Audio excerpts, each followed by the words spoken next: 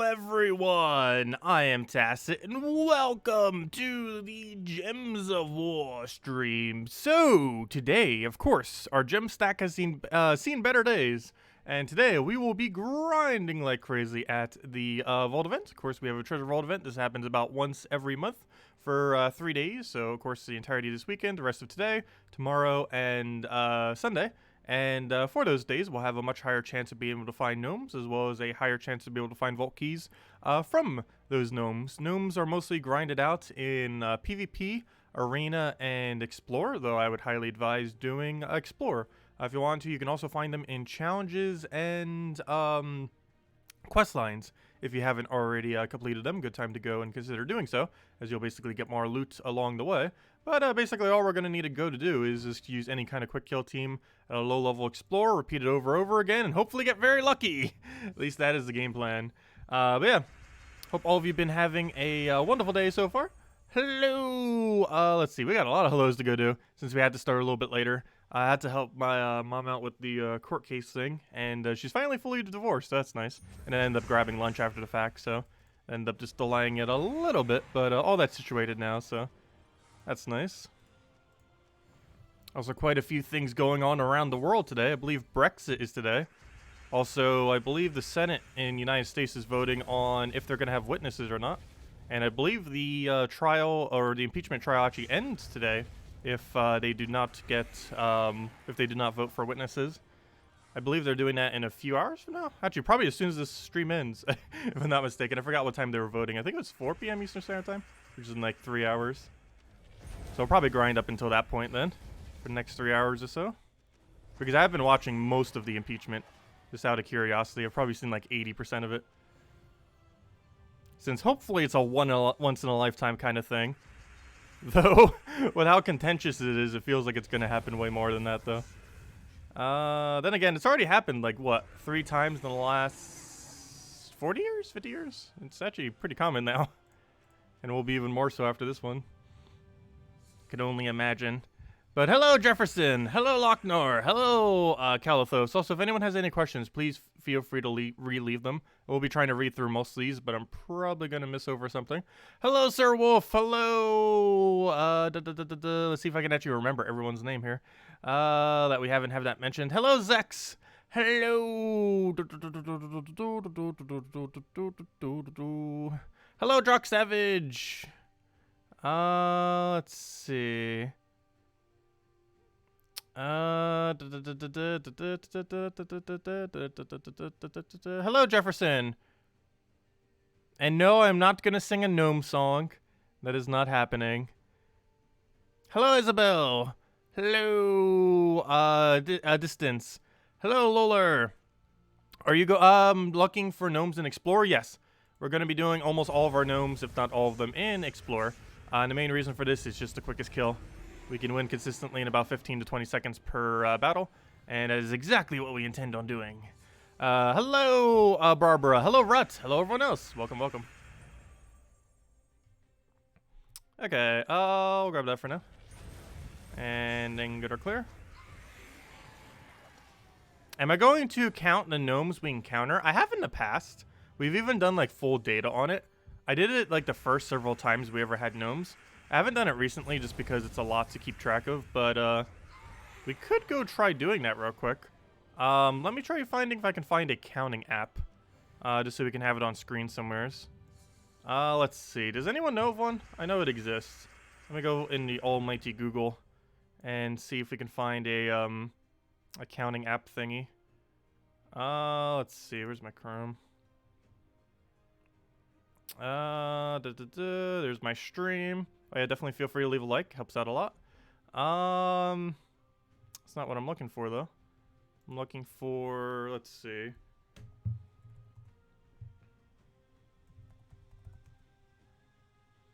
Counting app.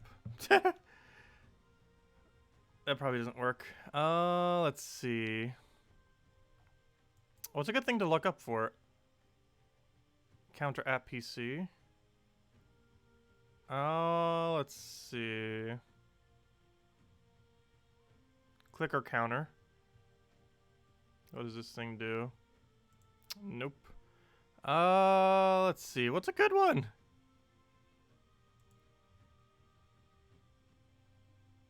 Why do all these look horrible? We could always just count it manually. We might just count it manually. Why do all these look horrible? We'll find some kind of solution for that into the future if we really want to count them out properly. But I cannot find any good one over a quick search. Well, so far we found 0. So not much to count yet.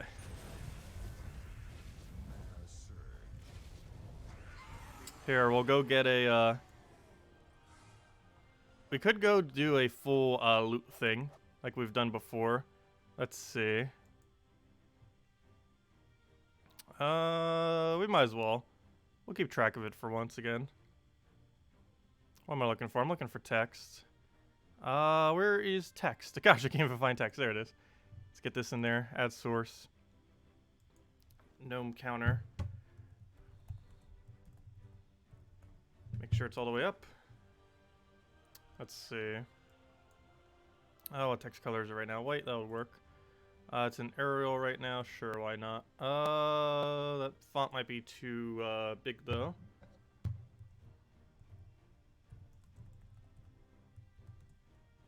Let's see. How big is that? Oh no, never mind. That's not too big at all. How about that? Yeah, we could actually probably go almost all the way. Okay, that's too big.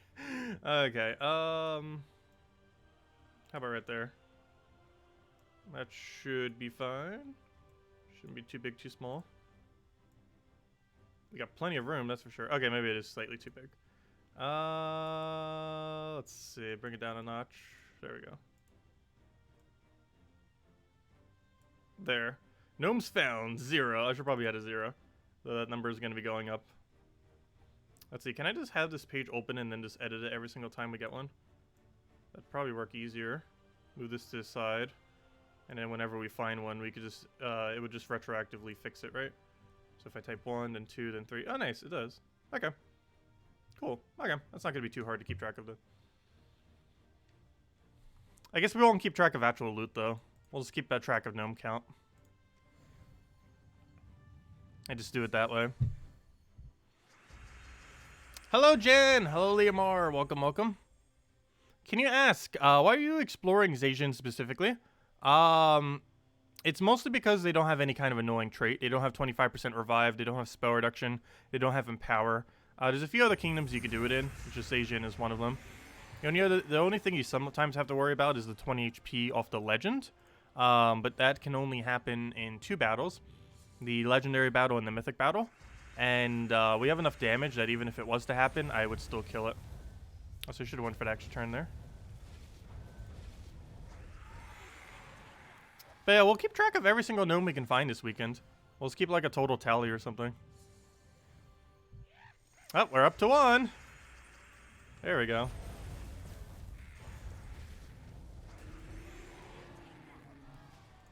It has been found. The first of many. And we started at 123 vault keys. That's going to be pretty easy to remember. How old am I? 25.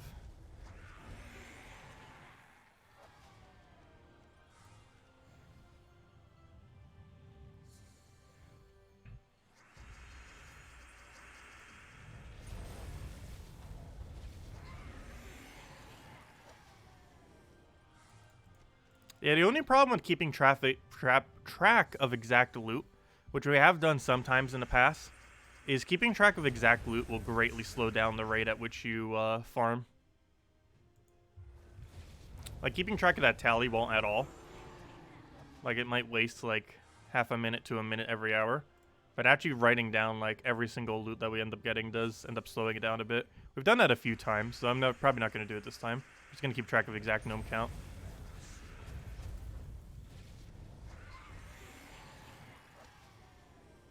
Based on the number of gnomes we even find, we can kind of just average out the loot that we'd get anyways. By just assuming we get the mid-value loot of everything, and just keeping track of vault keys. But if I miss any counts, do let me know, everyone. We should still be at 1, though.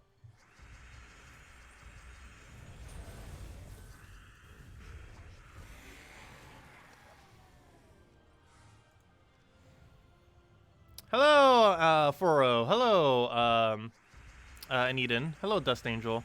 Do you, know what happened to you since you trolled with your squirrels? No, what did you do? Also, I had squirrels prior to, streaming today. End up just picking up something quick at Wendy's. With squirrel nuggets. As you would call them.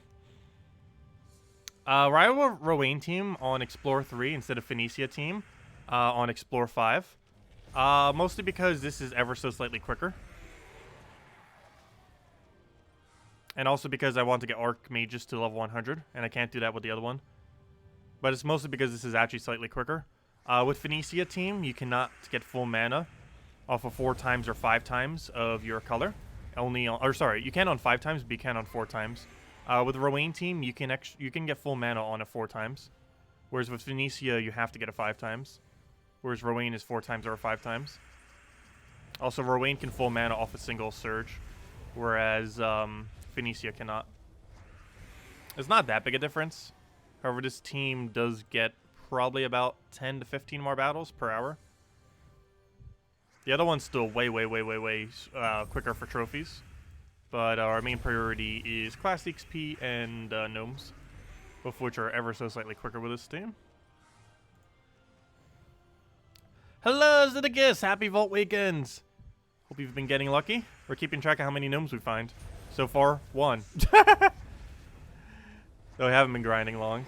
It's been like 4 minutes, and they appear about once every 5 minutes at this rate, approximately.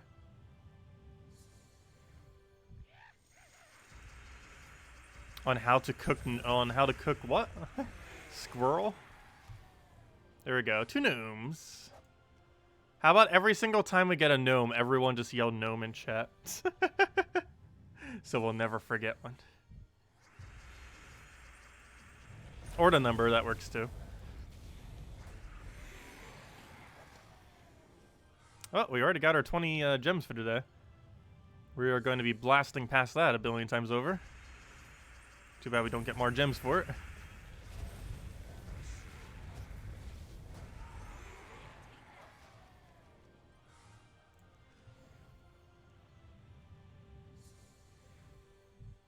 And if anyone else say any questions, feel free to leave them, because this will be a pretty chill stream as far as being able to reply to stuff.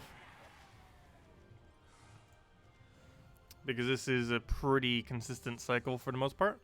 Mostly just doing it for all the shiny loots, which I do highly advise doing, because it is a lot of shiny loots.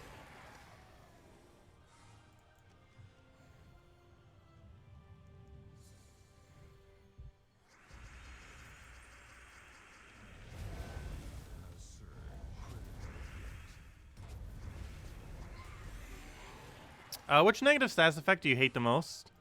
Probably freeze. I don't know. Like, freeze you kind of need in the game just to make sure infinite loops aren't completely annoying. But it's still always annoying when you get frozen. Like, some other things are only inconsistently annoying, like Deathmark. But I'd probably have to say overall it's freeze. Until you get like 3 times or 4 times Deathmark killed. I've gotten triple Deathmark killed before. And it probably would have been quad, but one of my things had immune to Deathmark. I potentially got 4 times Deathmark before, but only did triple because one had immune. And by 4 times Deathmark, I mean 4 of them dying on the exact same turn to Deathmark. You managed to get 42,500 pure faction. Nice. You got Sunken Fleet done with no potion as well. That's really, really nice as well.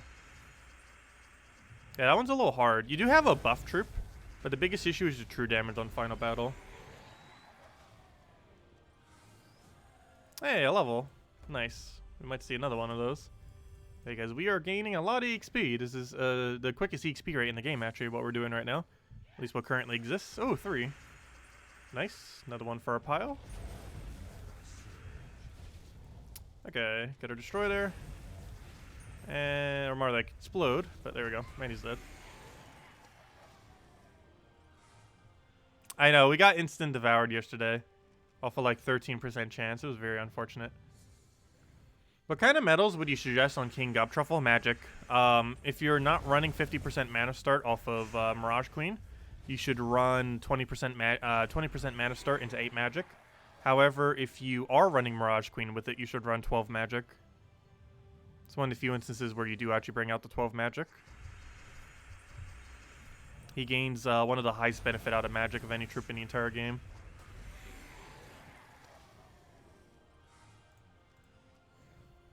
So we started grinding gnomes at about the 7-minute mark, right about the 15-minute mark. And we found 3 gnomes so far, it's not too bad.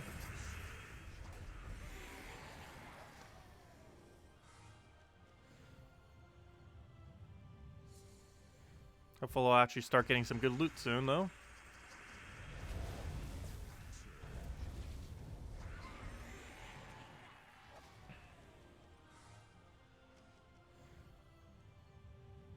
What do you think of this team? Sunbird, Rowan, Leprechaun, and Leprechaun? That would work perfectly fine. I used to run something somewhat similar in the past. It was like Mountain Crusher, Sunbird, Rowan, Leprechaun. It's just a little bit more of a tanky version of it. Also, I need to go add another one to our counter. That is a 4.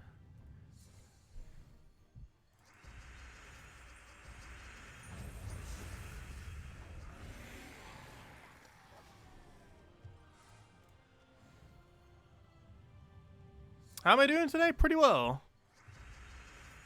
Pretty well.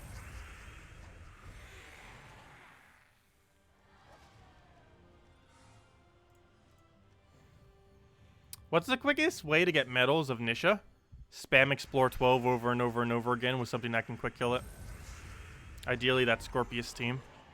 The team is Mountain Crusher, Scorpius, Leprechaun, or Yali. And you did that in Urskea Kingdom, because it's the only kingdom left that has 0 immune to poisons.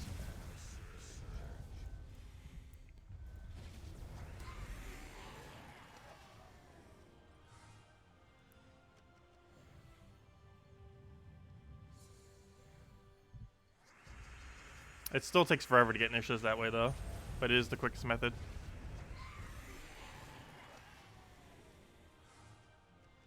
I keep forgetting. Oh yeah, I need to remind them during the next bug report that you cannot, on controller or on PC version, click that. I believe you can on console, but you can't on PC version for whatever reason. It's really strange. Not sure why that is, but an A input will not work on it.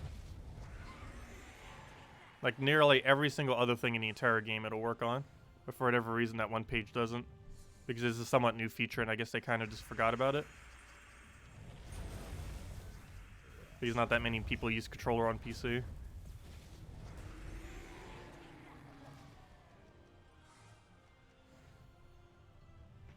Though it is advised, does make things go quicker. Also, the new Switch that's going to be releasing with Animal Crossing has a controller that I so want. The right controller has my favorite color of teal, and it's actually the exact same one that we would normally use for this. And I kind of want to get it. The only problem is it's not sold individually, so I'd have to like find it on eBay, and someone's probably going to charge like $100 for it. Though a new set is like 70, so I'm not sure if I'm going to bother getting it. I wish there was a way just to get that right Joy-Con, because that's the only one I want. And no one's going to sell it as just that, though, most likely. They're going to sell it as a pair, which is unfortunate. And I'm obviously not going to spend $300 just to get the whole set. Just for the controller. That'd be a bit overkill. But yeah, I kind of want to get that controller because it's the exact one I normally use whenever we're doing this. So it'd be perfect. It's like a nice teal color with like a sandy background. Kind of like a beach kind of looking color.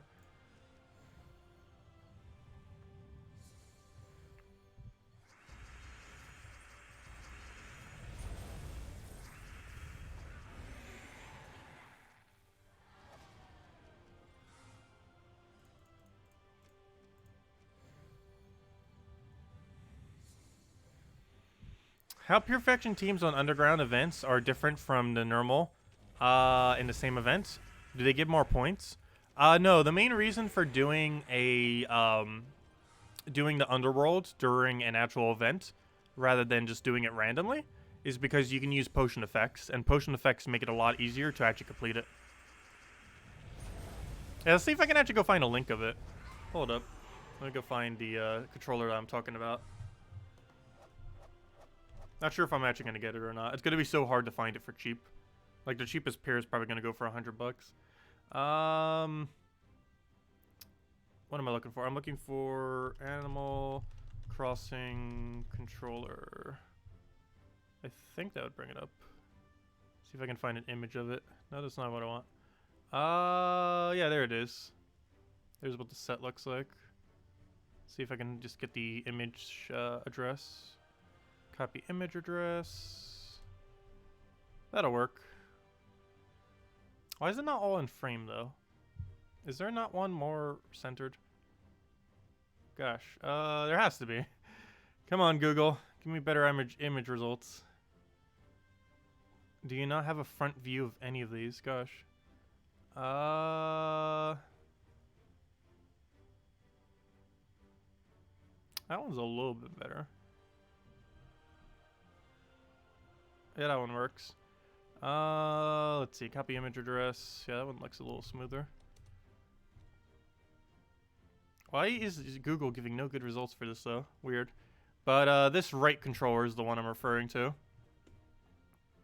Nice light blue, teal, cyan looking one.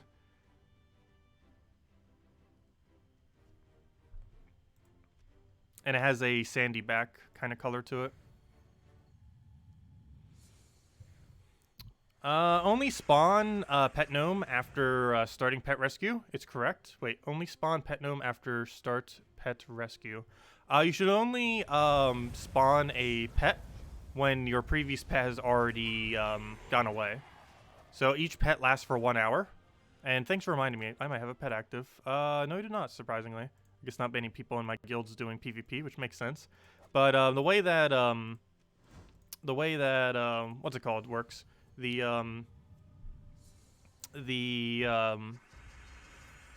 pet gnome spawn is basically every single time you get a pet gnome, it'll last for 1 hour. However, if you already have a pet gnome active, it will not trigger one. You'll just get 2 white pet food instead. However, one thing that you can do is if you have a pet gnome active and you find a pet gnome, one thing that you can do is delay the pet gnome and actually winning the battle. So if you find a pet gnome while you have a pet active, but you wait out the battle until the timer has actually expired by communicating with your guild to see when it expires, you will be able to get a pet gnome battle immediately after. So generally during these events, especially if you're focusing a bit more on PvP and arena, what you should basically do is always make sure whenever you see a pet to immediately do it. And then if you end up finding a pet and the timer is like coming down to almost out of time, you will then go and wait out the gnome so that your guild will immediately have another gnome battle. And then you can just basically perpetually for every single hour have a gnome to go fight. Ends up working out pretty nicely. I forgot to go increase the counter. Let's see. Do let me know if I ever miss one. We're up to 5. We're going to keep track of it completely. We'll see what our total is this weekend. I'm pretty sure we'll pass 100. There's nowhere we're not going to pass 100.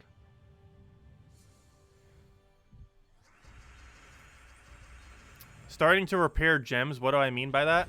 Our gem stack is under 20,000. I'm trying to get that to not be under 20,000. There's no way we're going to make it all the way, but I think we're getting pretty close to 19,000 again. But our gem stack has been seeing better days. I'm trying to get it back up a bit. It's dipped a lot since we've gone for so many pure factions recently. I still have 2 more to go.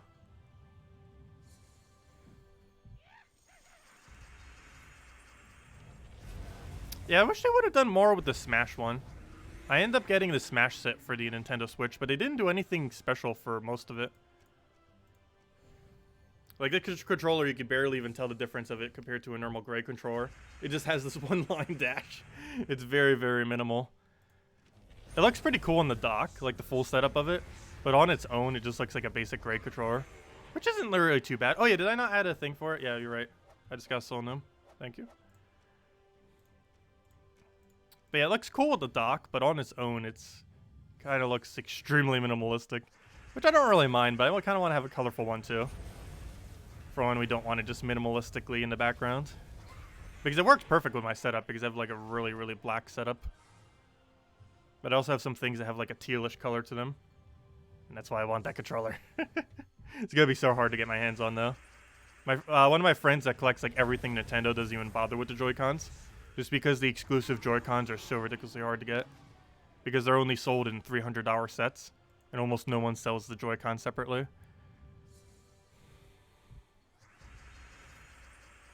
And obviously I'm not buying a $300 set just to get the Joy-Cons.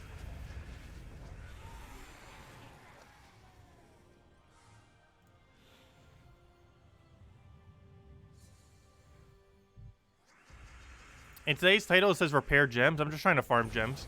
That's basically what I meant by repair gems. We're trying to get back up to 20,000 plus. And right now we're at a little under 19,000. So hopefully by the end of the stream we could actually hit over 19,000. I highly doubt that though. We'd have to get a lot of lucky gnome drops.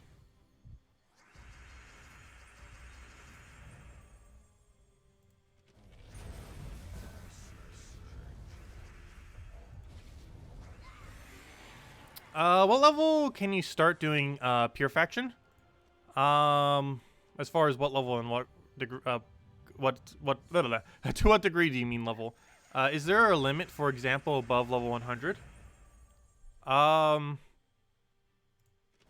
the way that pure faction works is it only counts the highest you ever did. So you can't just spam a lower level one to get it up. You have to go and do the highest one at any given time. 100 is the minimum you should ever do. So I guess that's what you're asking. Is yes, level 100 is the lowest pure faction you should ever attempt. There's really only 4 numbers you should ever attempt pure faction at: 100, 150, 200, and 500. 100 is the bare minimum that you should do for every single faction. 150 is if you feel like you could easily do a 150, but you can't do a 200, you would end up going for a 150 just to have slightly higher points. And then there's a 200, which is a little bit harder to do. But with some of the recent things that have been added to the game, like more stats and better, or well, actually, I guess better combinations wouldn't really help because it's pure faction. But the more stats that we had, it does make doing 200 a little bit easier than in the past. But I would just focus on 100 and 500. I would say are the main points that you would want to take out.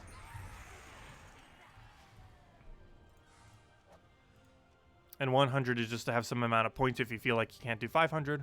And 500 is the main goal that you eventually want to get to. Though you don't need to worry about 500 until way later in the game. Like, you don't even need to worry about that till the later part of late game or until end game. Because it's one of the last things you ever bother worrying about in Gems of War for the most part.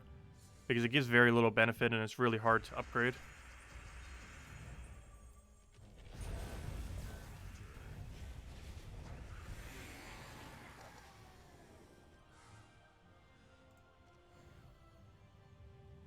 How do we get so many? Tribute makes up a good number of our gems.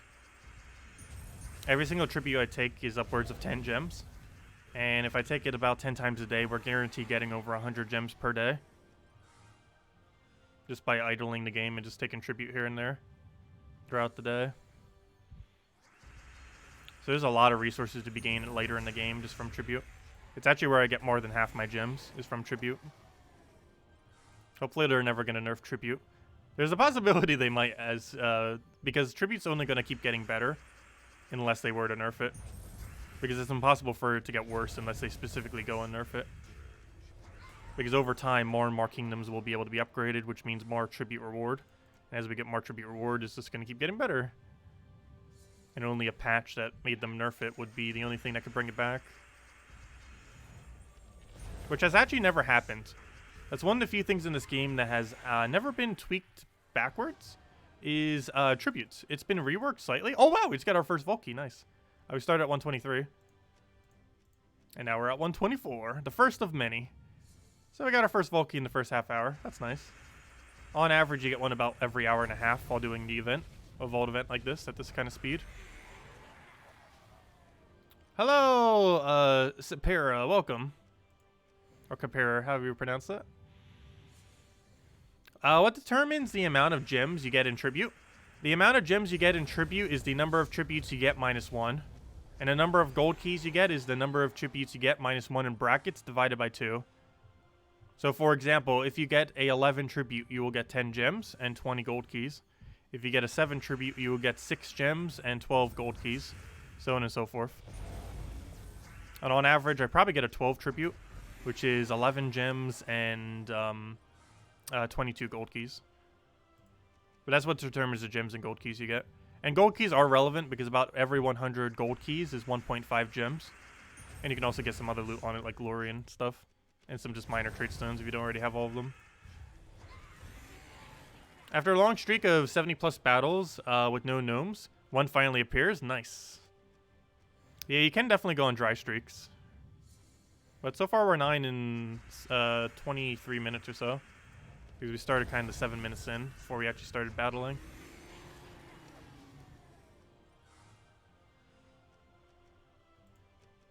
I hate the screen so much. They need to fix that screen.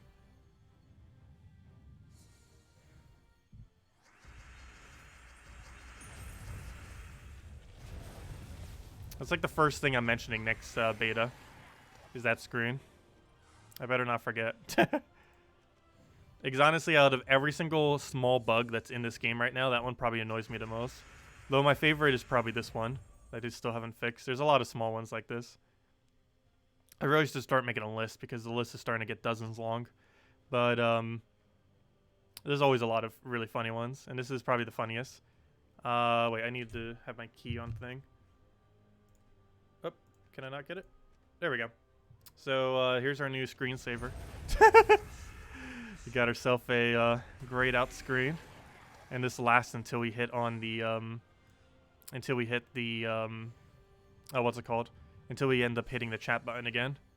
And if we can't hit the chat button or can't find it, it'll stay like this until we restart the game, or until we hit the chat button. What I have to do is just do that, and then it's back to normal. The other one that's pretty funny that's been around for like 2.5 years, ever since they did the new map, is if you click on one of these and then drag, you can then drag the screen, which is something that you're normally not able to do. So if I click on this and try dragging the screen, you're not able to. But if you click on one and then hold drag and then drag, you can. There's a lot of really small bugs like that. Anyways, most of them are pretty irrelevant. However, this A button not working on that one screen is pretty relevant, because I probably waste a minute or 2 per hour.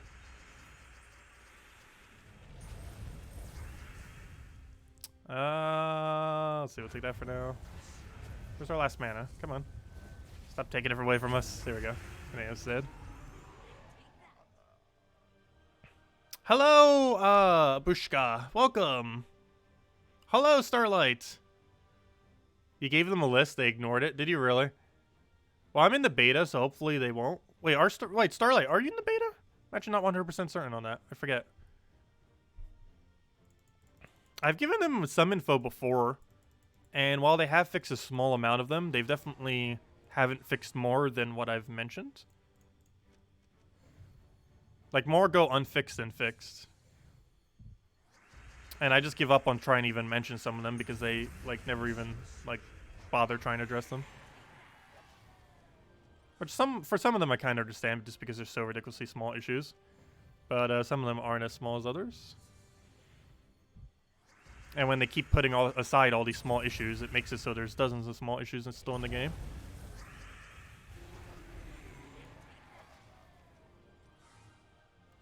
Is there a reason why I'm exploring only in this one kingdom? There's several kingdoms that we could do, but we would definitely want to stay in one the entire time because it's quicker staying in one rather than hopping around. But the main reason we're doing Zhejian is there's no 25% revive, there's no empower, and there's no spell reduction. So basically there's nothing that can go wrong. The only thing that could theoretically go wrong if you have lower stats is the Goblin King gets 20 HP if it's in last slot, and that can happen on the last 2 battles. And if that was to happen, that 20 HP could potentially be enough durability that outlives your hit. However, we have enough damage that that should never happen. Unless Rowan gets hit like immediately somehow. Which is probably impossible unless I somehow give him a 5 times.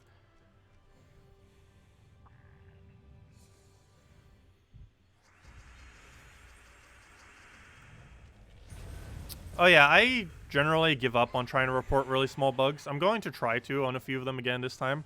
But it's mostly just because they get not fixed way more often than they get fixed. Like I just mentioned that one drag thing. I've mentioned to them probably about 5 times. It's existed for about 2.5 to 3 years, ever since they did the new map, or even the old new map, and it still hasn't been fixed. It's almost a 3-year-old bug at this point. And obviously it doesn't really have any consequence on the game for the most part, but it's still a bug nonetheless. Another gnome. Finally hitting double digits, so unfortunately he's only giving 1,000 souls, but it adds up. That's his worst drop. He has 1,000 soul, 2,500 soul, and 5,000 soul. As far as his drops. And I do have most of the drop tables memorized. The only thing I don't have fully memorized is Cedric's drop table. But every other gnome I know, for the most part.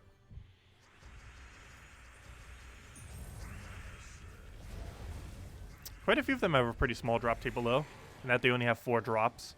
3 of a specific resource and a vault key. Glory Gnome is like that, Soul Gnome is like that, and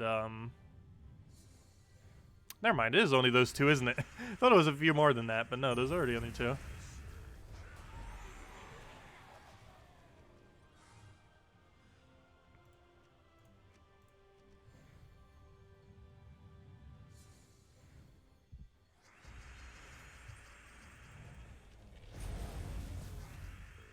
You don't think they have the resources to fix small bugs?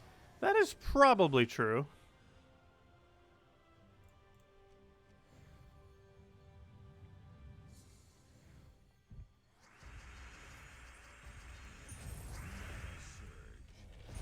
However, addressing almost none of them is weird, though.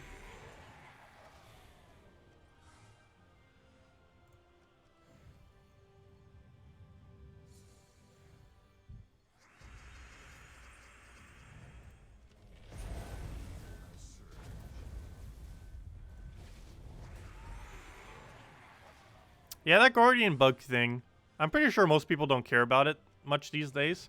But that was the highest amount of free resources they ever gave out at any given time. They've rolled back for people getting thousands of gems off of exploits. Yet they gave out over 20,000 gems to some people with that exploit that they didn't bother rolling back. Let's see, that brings us to 11. Oops, I'm using the wrong mouse. The struggle of having 2 sets of mice and 2 sets of keyboards. Technically 3 sets of keyboards, because I occasionally use keyboard for Switch.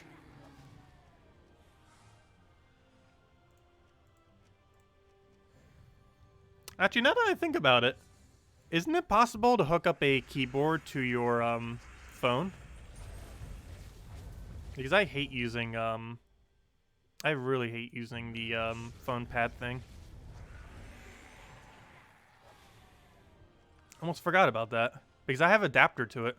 I have a USB-C to USB adapter, and then I could put the keyboard plugged into it, my spare keyboard. Oh, that is cool. I'll need to go try that later. I almost forgot that's a thing. Because I have a spare adapter. I actually have a few spare adapters for that. Because I needed one for Switch earlier, and it uses the same one for phones.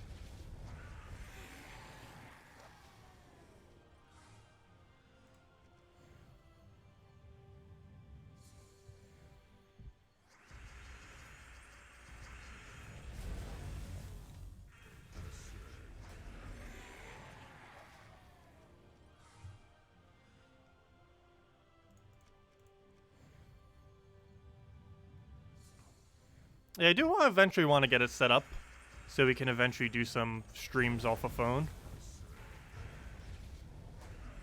Like for various games. Because there are some interesting mobile games out there. And if nothing else, I still want to try doing a little bit more variety gaming. And trying a different phone app every single week would be a pretty funny thing to do. Though most of them we probably wouldn't keep playing. Because most free-to-play games like that get very pay-to-win very quick, or very grindy very quick. But normally the intro of every single one of them tends to be pretty good, because they try hooking you.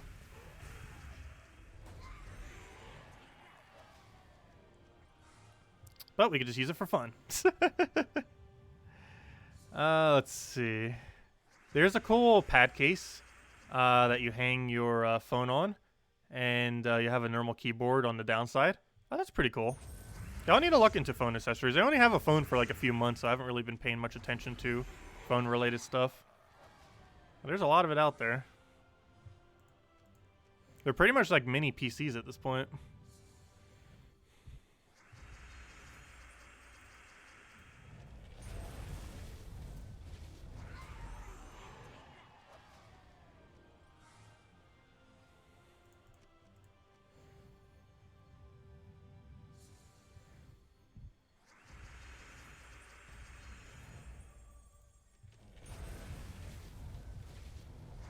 I do feel like the people, some people are too hard on the devs sometimes.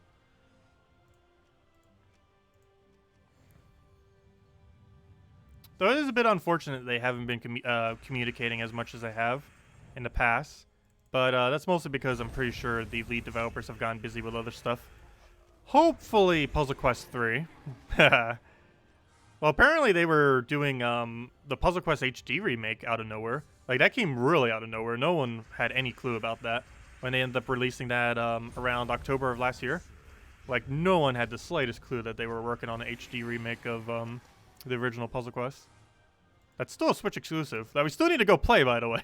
Still haven't finished that out. We'll need to. We played through it a couple times on the channel, but they added more content, and we haven't really gotten to much of that newer content yet. Some of it we have, and we've been using a newer hero class the entire time as well. And they also added new gear, and some of which I might have unintentionally been using, because I have no clue what the normal gear even was in the game. But, we still need to go complete that out. So many games I want to do, so little time. What's the worst, and what's the best class in Gems of War? Worst class is Knight, best class is Titan.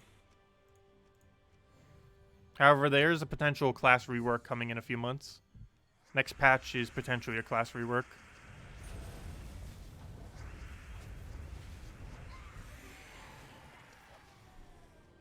Yeah, the best is Monk. I think Titan might still be out Monk. Monk's biggest downside is it doesn't have half mana start. It's the same thing that made Sentinel not as viable. However, 20% mana start did bring it back a little bit to viability. But there's still a huge difference between 50% start and 20% start in quicker battles. You'd have to have the battle going on for quite a while for it to be justified to have that big of a difference in mana start.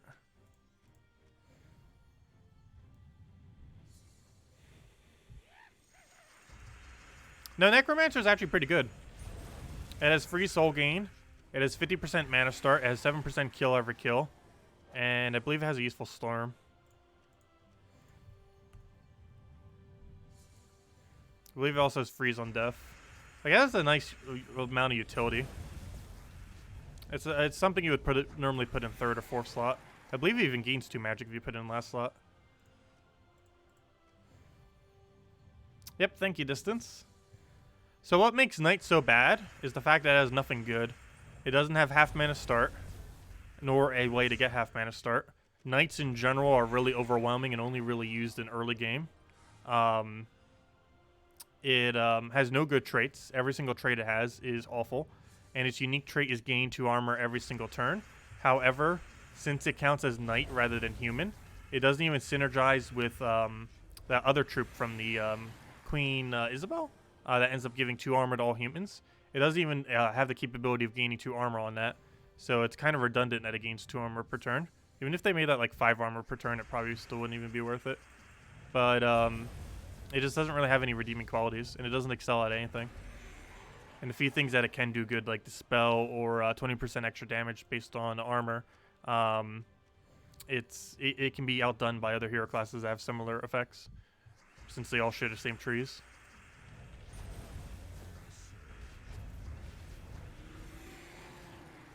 How do you do the spell so quickly? You do it with a controller. With any controller with an A input that Steam supports, which is pretty much almost every controller in existence. You just go and click A and it just spams your ability. You can get this to go through all these loading screens quicker. You can also do it to quick cast abilities without having to actually click on it. I don't always use it, but I do it whenever we grind for long periods of time because it ends up saving quite a bit of time. Like every single battle, we're shaving out of almost a second, which might not sound like much, but of course we're winning like every 15 seconds or so. So definitely starts adding up. We're winning every like 15 to 20 seconds.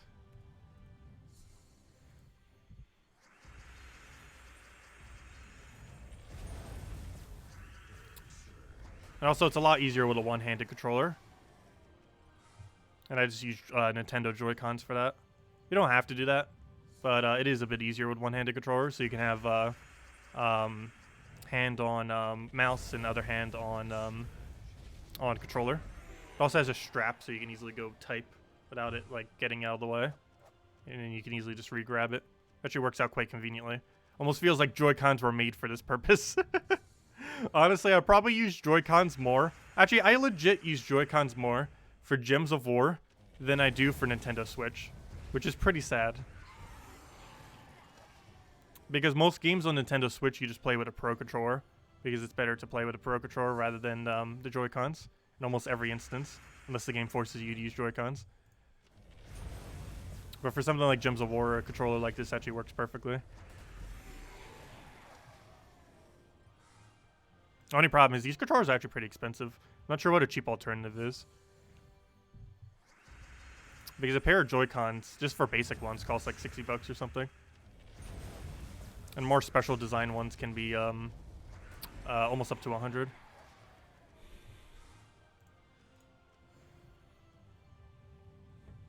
There are third-party ones, but I'm not sure if third-party ones even have compatibility to PC.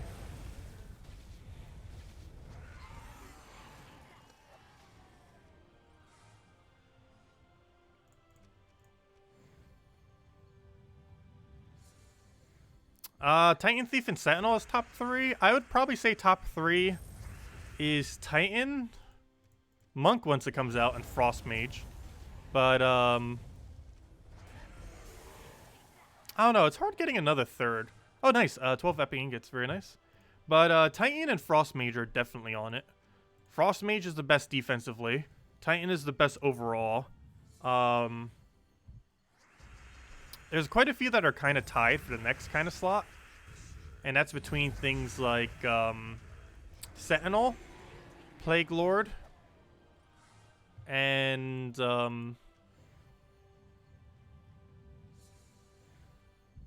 feel like there should be another one mentioned in there. Sunspear is decent. The main thing I don't like about Sunspear is the lack of mana start. It also depends. Sunspear has a really high focus on starting the battle rather than ending the battle. Or, you know, like it has a really quick start, but it doesn't fend as well throughout the rest of the battle, because half the effects it gets are all effects that trigger at the start of battle. So after the first several turns go by, it loses a lot of value. Now, I wouldn't really bother with Rune Priest, to be honest. Sentinel and Plague Lord both beat out Rune Priest in essentially every instance. Also, once we get Monk, it'll be pretty much obsolete.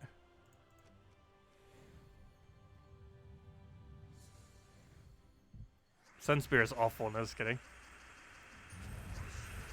No, I'm not a huge fan of Sunspear. Same as how I'm not a huge fan of Grey King. Like, both of those two options are really good. I just don't care for their playstyle. The only time I tend to bring out Sunspear is if I need him for his Red Storm. In almost no other instance do I bring him out.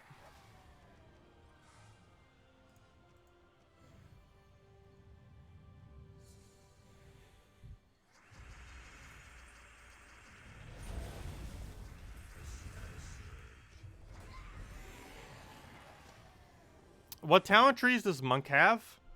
Oh, I actually forget what all the trees are off the top of my head. I know it has Stone Tree, which is one of the reasons why it's relevant. But the trees that it has are... One moment. It's buried somewhere here. Let's see. Return to main menu. Go to class spoilers. The 3 trees it has are Life, which means it has Cleanse. Stone, which means it has Barrier Every Brown and a bunch of immunities. And Water, which means it has things like Submerge and Immune to Freeze as a potential, and Freeze at start a battle. And the other thing that makes it really relevant are its traits. It has immune to mana drain. These are its traits. Like, these traits alone are some of the best traits on any class.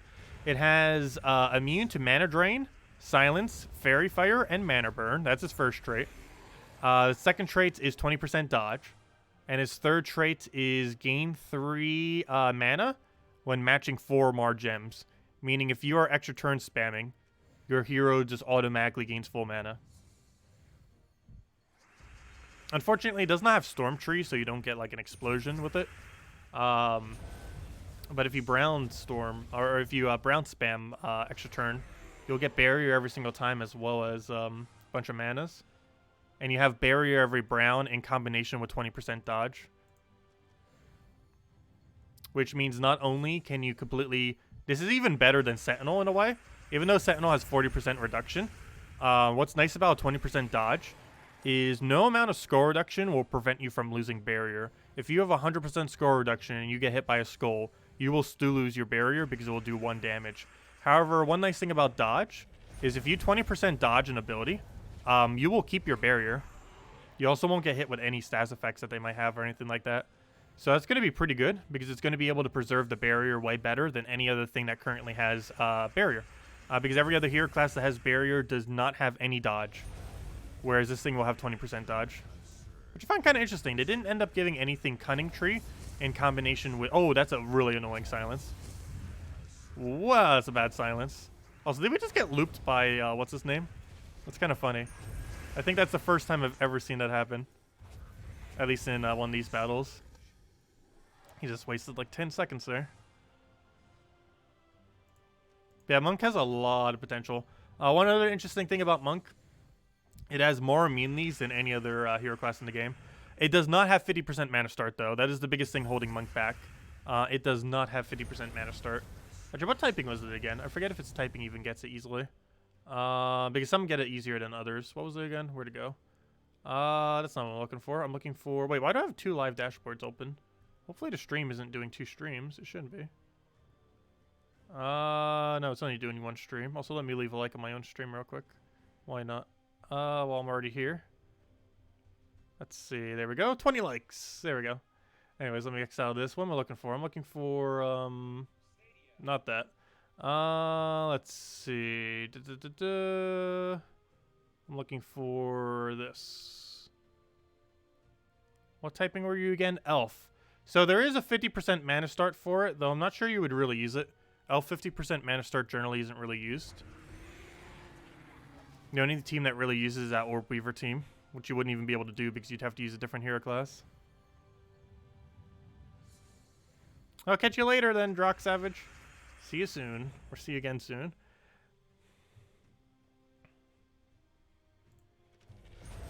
Yeah, Sunspear is pretty decent for farming with Phoenicia. But pretty much any Red Storm hero class will be able to do that.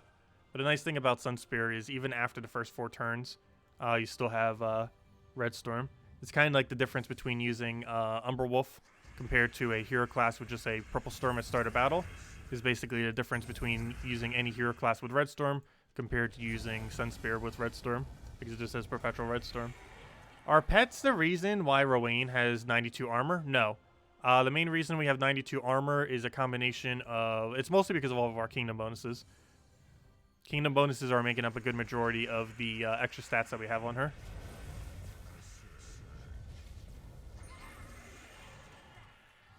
And that's in combination of level 10 all kingdoms, 5-star all kingdoms, 10-star all kingdoms, as well as level 15 on some of them.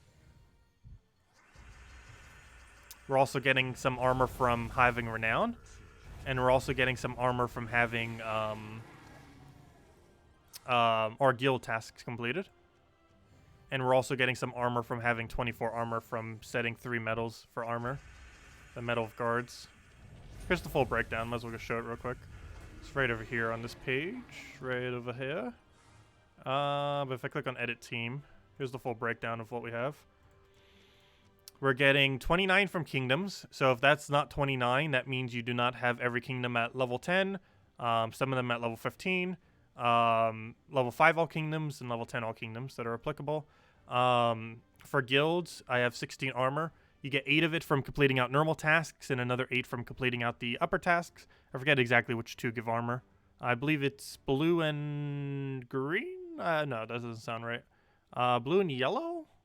I'm not sure what 2 colors it is. I can forget. I believe it's blue and yellow, if I'm not mistaken, give armor. But you can check on the, actually we can check really easily just by clicking on them. It shows you under guild. If you click on guild, click on guild. The 2 that give armor are, yep, I was right. It's blue and yellow. Oh no, it's not blue and yellow. It's blue and brown. Sorry about that. Yeah, blue and brown give armor. The first one you get from completing out the 2 normal tasks, and the other 2 you get from completing out the 2 epic tasks, which I actually can't show here because we've already completed all the tasks. But that's where you'd get those. And other than that, where's the rest of the stats coming from? The rest of the stats are from 4s from Underworld. So having our high renown there, we got 4 armor. And then the rest of the bulk comes from having 3 medals of guard for 24 additional armor, 8 each. That's where all of our armor is coming from.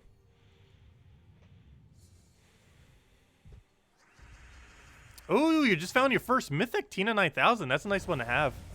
Great synergy with Apothecary, great synergy with Mountain Crusher. Could even synergize it with that new troop that came out this week too.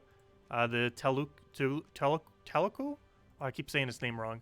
But the new green-yellow that came in that has the enchant with a bunch of mana accumulation. It's pretty nice. But yeah, Tina is interesting in that it is the best 50% spell reduction troop in the game currently. There is a possibility that will not be the case into the future. But as it stands right now, there is no better troop with 50% spell reduction than Tina 9000 as far as its overall value. That's a good find to pick up. It's pretty good against Yalgwei Queen of Tanya teams because they have really annoying spell damage, and Tina has really good spell mitigation, especially for things that do physical spell damage, because not only does it have 50% spell reduction, but it also gains armor every cast, which makes it a lot harder for those kind of troops to poke it for any amount of damage. You have 1 more HP than me, because I didn't bother upgrading Stormheim. You most likely maxed out your Stormheim, correct? I did not. I am 1 upgrade short for doing so, because I wanted to save those for Magic Kingdoms.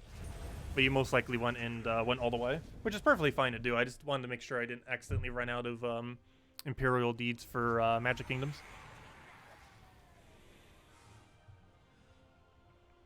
But yeah, that 1 HP difference is most likely you maxed out Stormheim and I didn't. I easily could if I wanted to. I'm just holding just in case we don't get Imperials for like a month straight for whatever reason, due to bad luck. But once we get more than 9 Imperials, I can start using my Imperials again for other stuff. Hello, you two Tiempo. Welcome.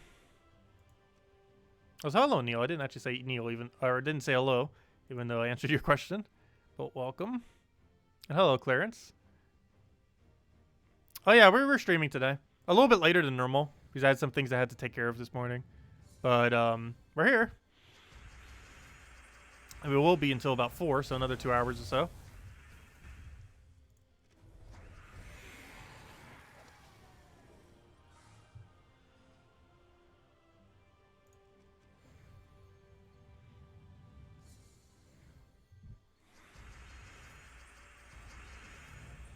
Oh, to grapple, we'll just get that for now. Get our destroy.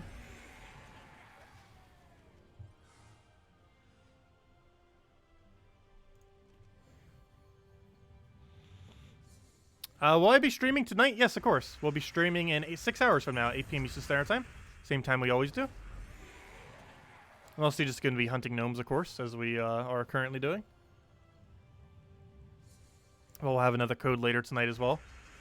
Also, I still haven't handed out a code this stream. I guess we'll hand out first code when we have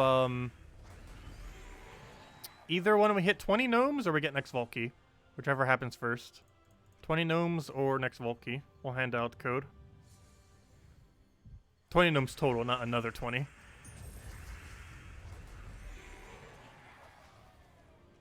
Otherwise, we'll be here for a whole hour if it's another 20. Because we're almost at the 1 hour mark.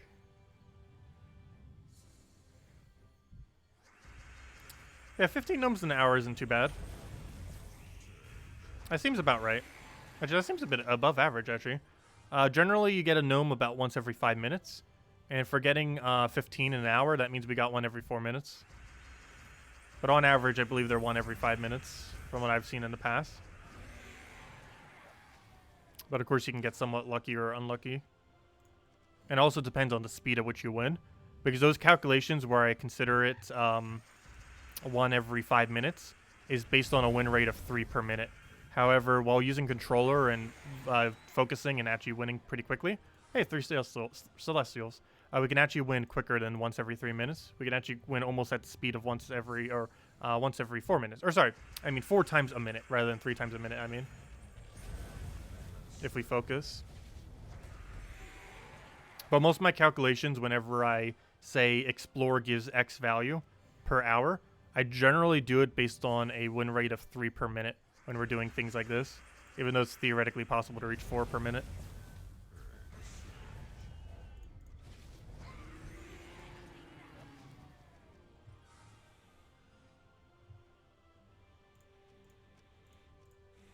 Am I on Xbox or PC right now? I'm on PC. I'm just using controller and keyboard. I mean, controller, mouse, and keyboard. I'm just using a Joy-Con Nintendo Switch controller in combination with the mouse, so that we can cast through screens a bit quicker, but still use the clickiness for everything that clicking is that the mouse is quicker for, and then use controller for everything that you can spam through, like casting troops, as well as going through menus, so that we don't have to keep misclicking buttons.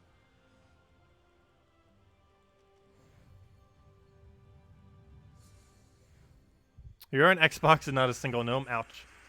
It can happen. Can definitely have dry streaks.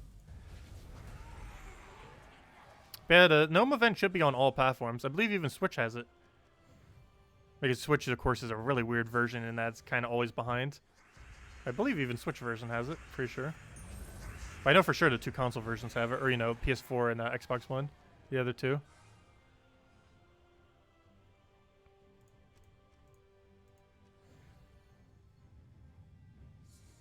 Watch out for the gnome police if you go over 20 per hour. I'm pretty sure we could get an hour where we go over 20 per hour.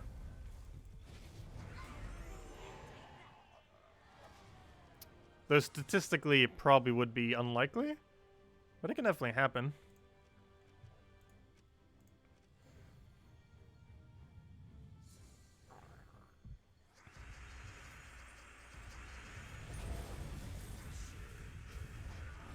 Because the average is close to 5 per minute, around there. Also, level 89 hero class, nice. Making progress. Yeah, we'll hand out redeem code at next vault key or 20 gnomes found, which should be soon. If we can actually find some gnomes here. Can't get either of those 2 things if we don't find gnomes. Also, why on earth is that screen loading so long? Keeps getting like stuck on that screen for a second or 2. It's probably because we're winning too quickly. Sometimes if you win too much too quick, you actually have to restart the game just so it stops lagging a bit.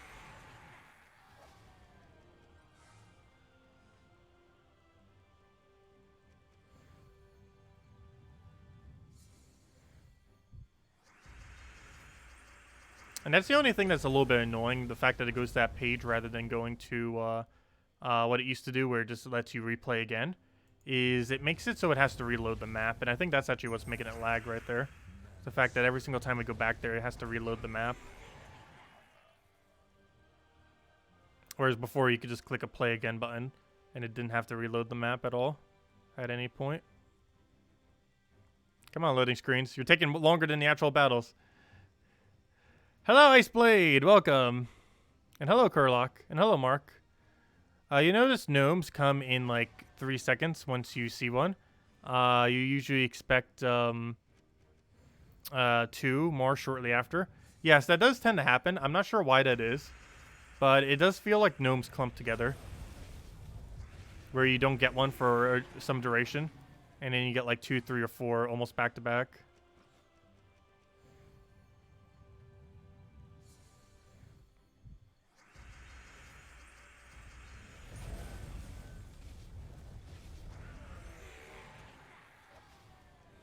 Another one down. Anything good in there? Probably not. But let's see what's there. What do we have? Only Cedric. go into our Cedric pile.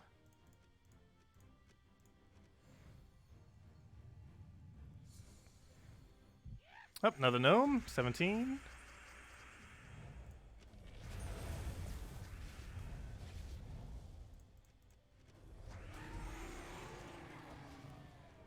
Only 500 souls, really. That's unfortunate.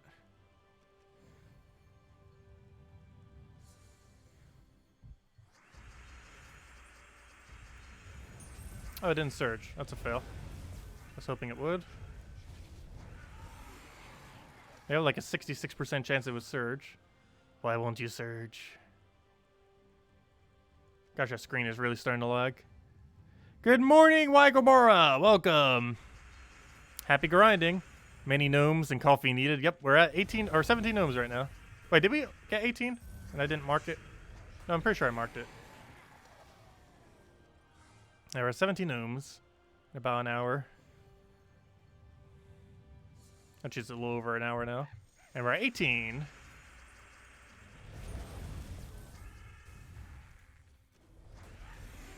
Come on, Volky. We're handing out Volky at either 20 gnomes or next Volky. I mean, we're handing out a redeem code at next Volky or 20 gnomes. Whichever one happens first.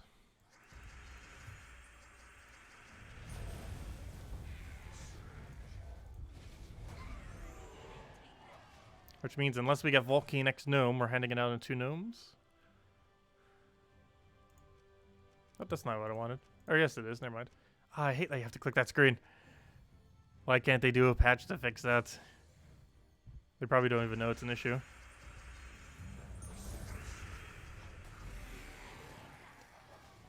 The 20th gnome will give a Volky. That would be really funny.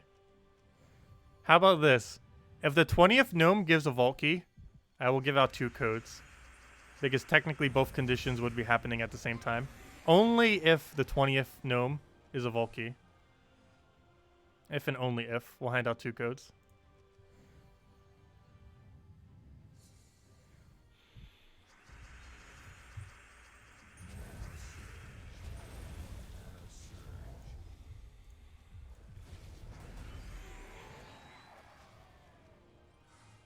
You can thank you if that happens. We'll make sure to do so. Or 1 big code. Oh yeah, we could do that too. That would make sense too. I don't know, which one would you guys prefer if it does happen? Though do keep in mind, the chance of that happening is absurdly low. 1 bigger code or 2 smalls?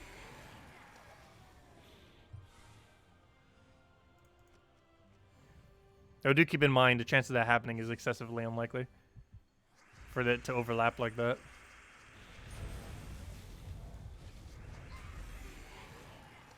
But it can. Hey, go big.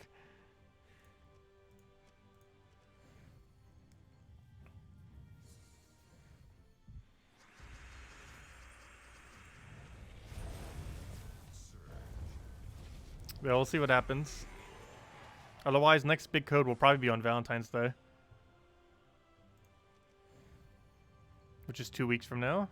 Actually, it's exactly 2 weeks from now. 2 Fridays from now. And they're probably going to give us 100 gems or something similar again. Like they did for Chinese New Year, or for Lunar New Year.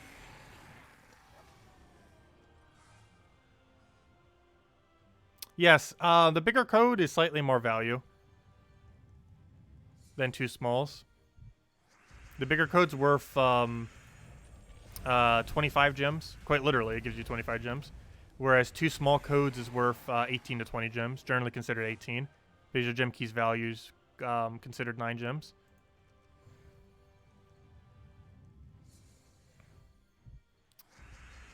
So you'd almost need 3 normal codes to equal a bigger code.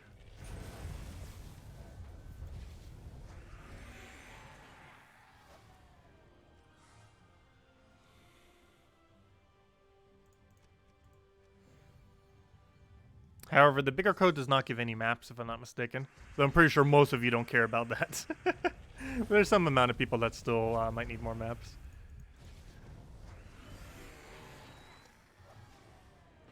Though it's not us. I think we're almost at 20,000 maps.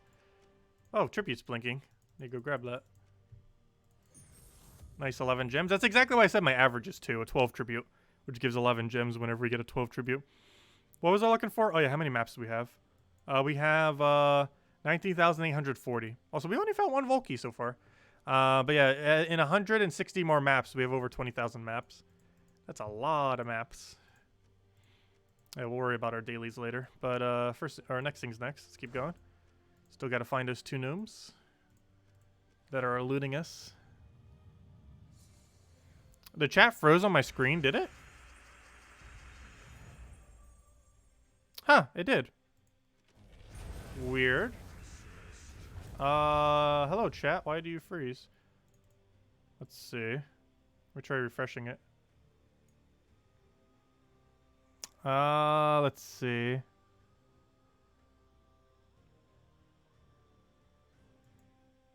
Did that fix it?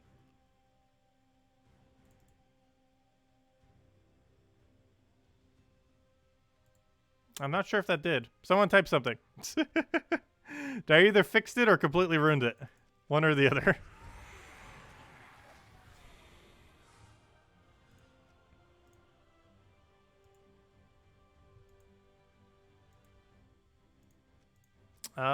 Possibly ruined it? What are you doing, chat? Why are you not wanting to work today? Everyone typing in something. That's funny. We broke the chat by doing nothing. What are you doing, chat? That's weird. Huh.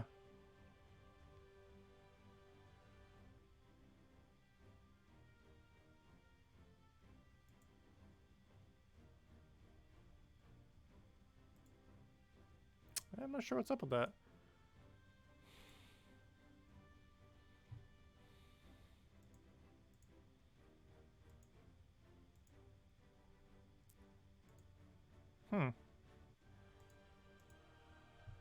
I have no clue what happened with our chat. But apparently it doesn't want to work at all.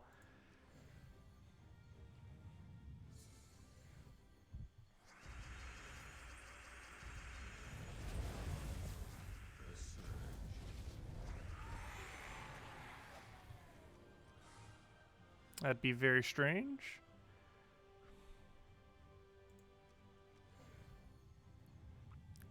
But you're just gonna have to use the chat that YouTube has, which you're already using, but you know, you won't be able to see it in the stream itself.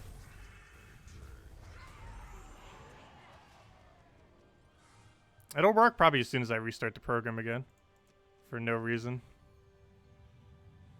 What's the gem value of a gold chest? A gold key. Well, every 100 gold keys is worth approximately 1.5 gems. So, you'd have to do a full breakdown down to 1. So that means a single gold key is worth theoretically, what is that? 0.015 gems?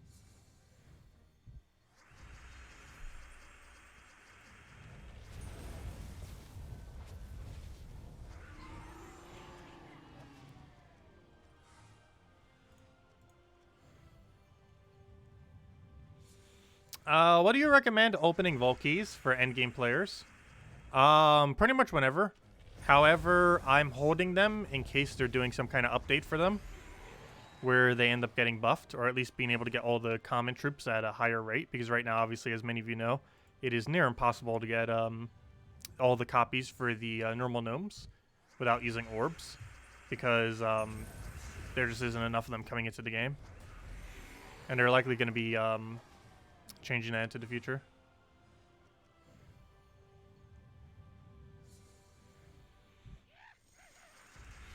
$19. Okay, we'll see if next one has Volkey. Oh, well, this is the 19th. Unfortunately, it was the one that had the Volkey. Though there's a possibility we get 2 Volkeys in a row. Oh, so where did my other thing go? I had it open, and now it's not open anymore. One moment. Gotta get my gnome counter back up.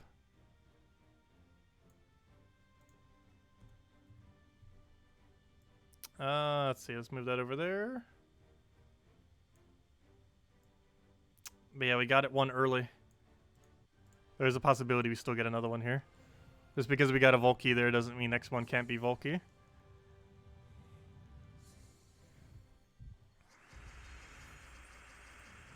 That's our second vault key so far.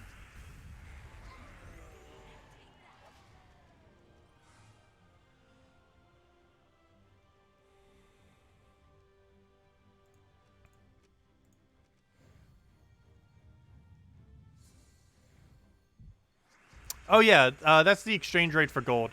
20,000 gold is 1 gem. That is correct.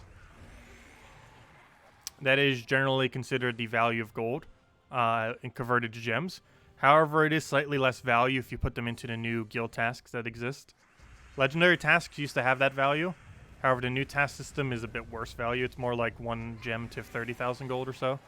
But gold keys are still 1 gem to 20,000 gold. However, it's still worth doing guild tasks because that reward goes to everyone in your guild rather than just yourself, so it's worth it.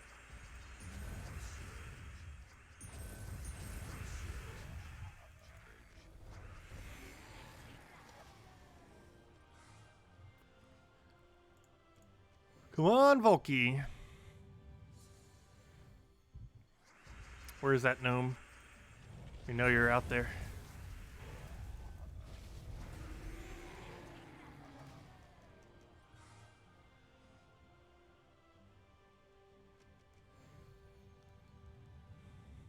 Yeah, unless you're solo. In which case, after you do every single task up to like 3 or 4 or so, it might even just be better just to spam gold keys. I would not advise playing solo like that. It is highly, highly not advised. Because you'd be getting a lot less loot than you could be getting otherwise. A lot of stuff in this game is harder if you play without any guild at all. Even if you're planning on not communicating, it's at least better to go into a small active guild and just kind of lay there and maybe participate, maybe not, assuming they have no requirements or very, very low requirements, and just stay there rather than trying to do it solo. Because you get a lot less loot from trying to do this game solo.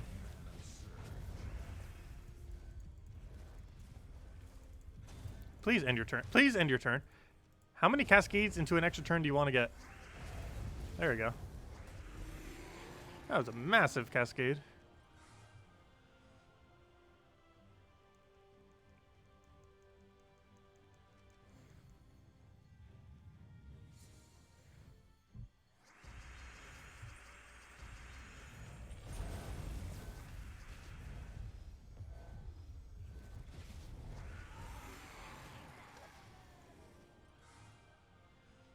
Come on, where's our 20th gnome? We know you're out there. There it is, 20th gnome. Will he be a Volky? Place your bets now. Volky gives better code, not Volky gives normal code. And he drops us. Wow, he's got double Volky. Well then, I'll take it. That's our 3rd Volky, 2 in a row. And I did say if that one was a Volky. Well then, you guys lucked out. Where are the better codes? Where's my better code section? I'm starting to lose track where it even is, to be honest.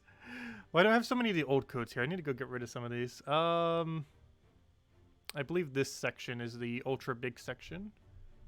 Let me double check. Are you an ultra big code? I believe so. Well, whatever it is, it works, so it's probably the ultra big section, I would assume.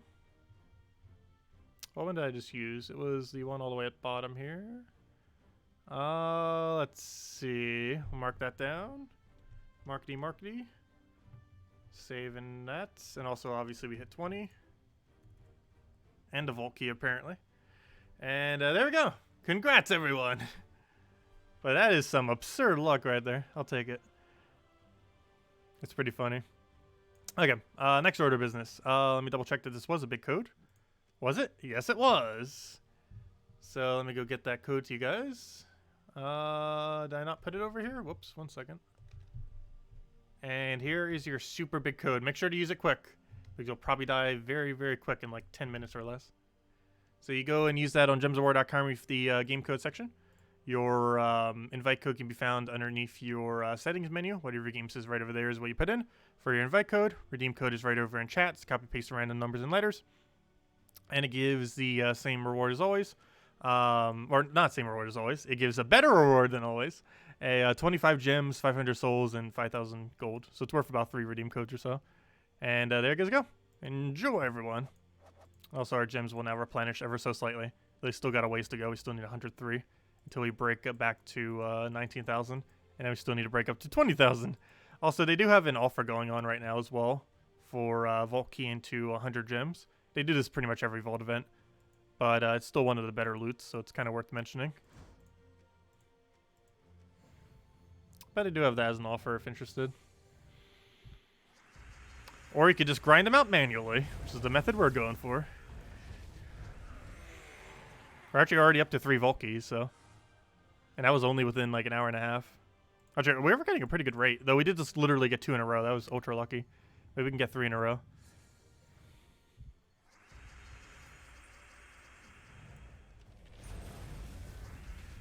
Yeah, Gnome weekends give you a lot of loot. It is absurd how much loot you get during a Vault event compared to any other time. Like, it is multiple times more gem value than you would ever get at any other point.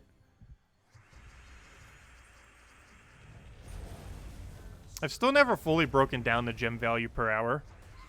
But last I recall, it's over 100 gem value per hour. It's probably even closer to 150 gem value per hour. But it's definitely at least 100 gem value per hour. Because even just a single 1,000 glory drop from this thing is 45 gem value. Do you want to give it to us? 500 glory, that's not too bad. That's, that is, what's half of that? That's like 22 gem value. And the reason for that is every glory key is worth about 1 gem.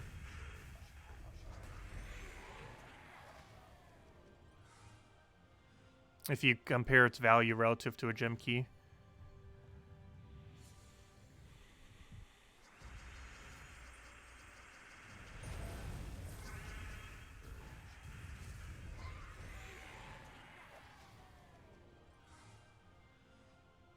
Because 10 glory keys actually have about the same chance of getting a mythic as a 1 gem key does. And 1 gem key is worth 9 gems. So 10 glory keys is theoretically worth 9 gems.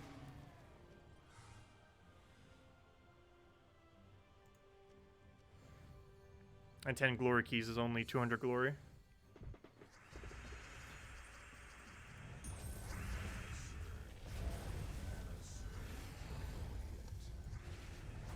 And we just got a 500 glory. Which basically means that 500 glory drop is worth about as much as the gems we just handed out. That is how strong the glory gnome is. While it's not direct gems, its gem value is pretty much nearly the same as the code we just handed out, which is pretty funny. That is how broken gnome event is for loot.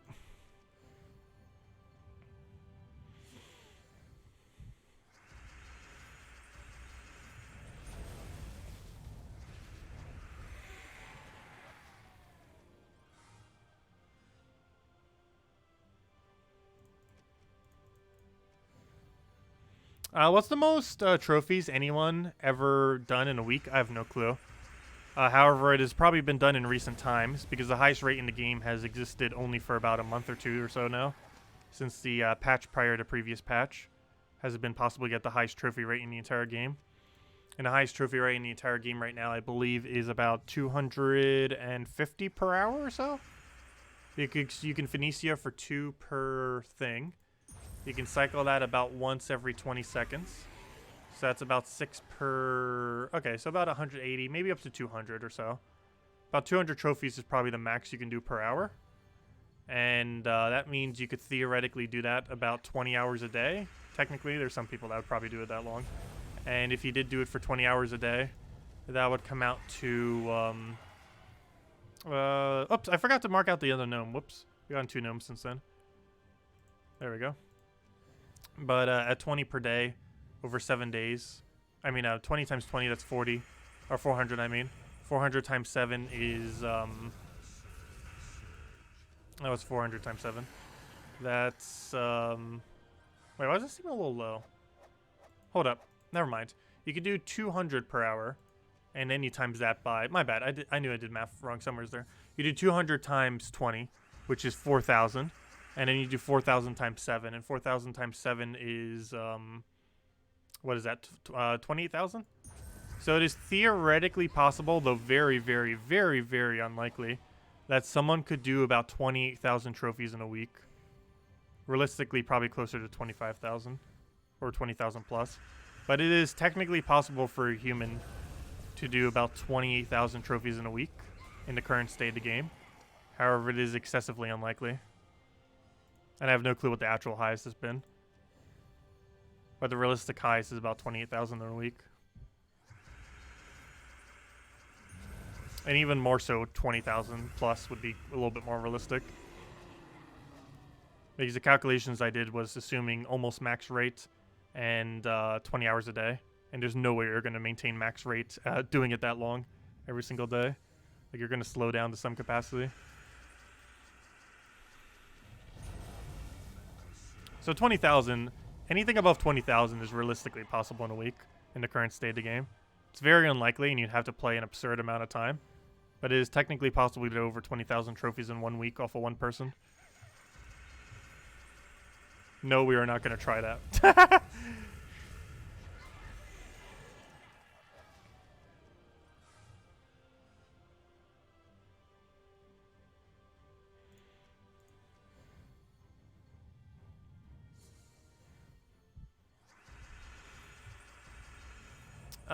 Do you, did I see any bots in Gems of War? Yes, there are on occasion. They've done a lot to try to get them out in the past, but, they still sneak by sometimes.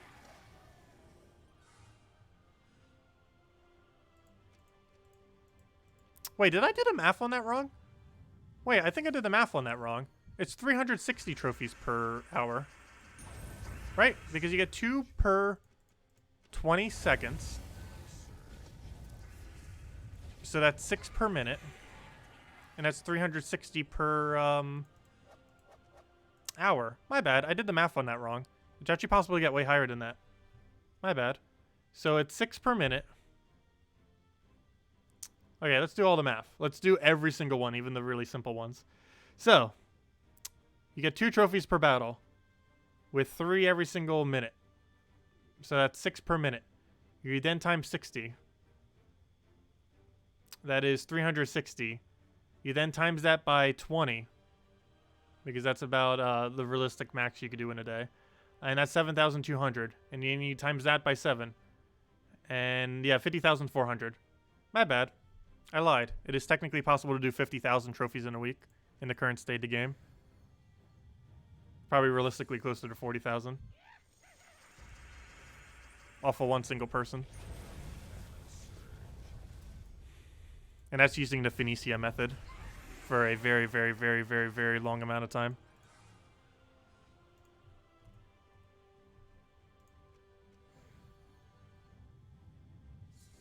There's no way you can get it 2 per 10 seconds. Loading screens don't even go that quick. Realistically, the quickest you can ever consistently win is once every 15 seconds. However, Phoenicia does go a little bit slower sometimes, so it averages to about once every 20 seconds. Like, this team could probably average consistently around 1 every 15 seconds. However, Phoenicia is definitely going to be closer to 1 every 20 rather than 15. It is technically possible that a Phoenicia can do a 15-second battle, or even ever so slightly quicker. However, you have to compensate for loading screens and everything, which ends up making the timer go higher. Because even right here, we're probably going to finish this battle. Okay, this one's going to go a bit slower. But we could theoretically get battles done in like 7 seconds. However, you have to count all the loading screens, as that's a factor. Sometimes loading screens are longer than the battle itself.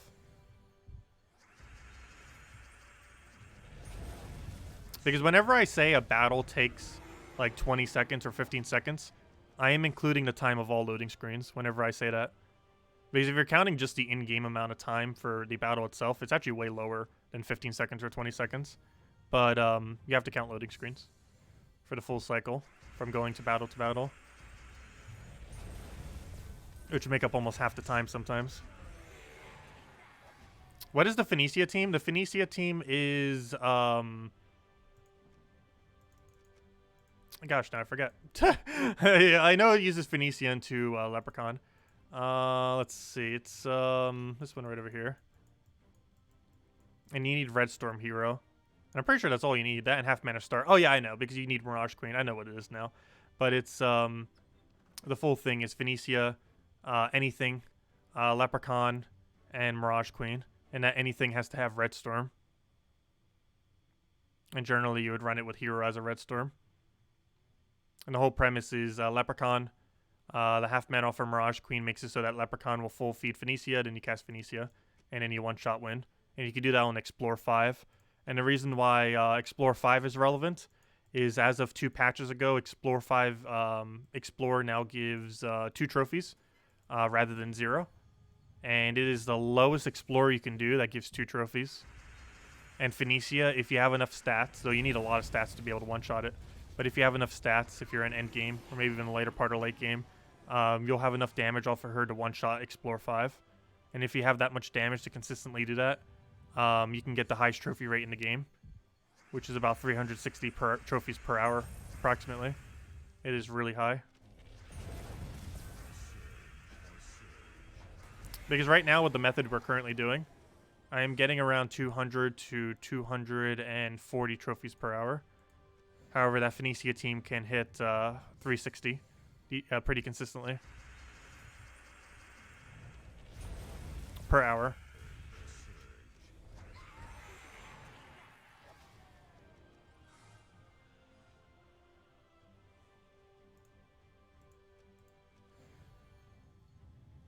Yeah, it doesn't matter where you put the hero relative to Phoenicia as long as your weapon does not block her mana. Just don't put her in first slot.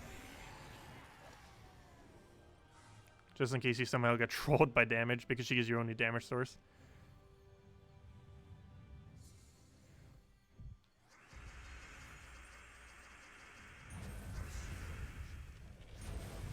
Actually, I guess you could put her in first slot.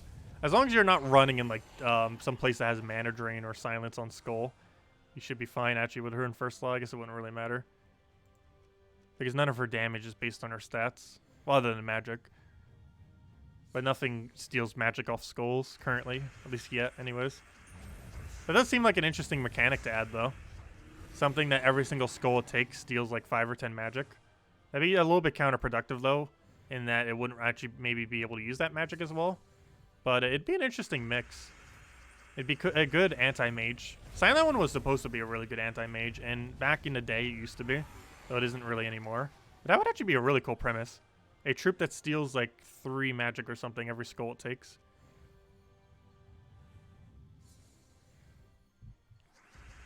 Ideally, it would probably have to be like 5 for it to be viable. But if they were to ever add it, I feel like they would only make it 3. Do you know what Delve is out on Tuesday? Don't we already know? The page probably already shows it. I forgot off the top of my head what comes after Dark Pits, though. But it is Sunken Fleet. Sunken Fleet is on Tuesday. It's the one that has Mirage Queen and everything.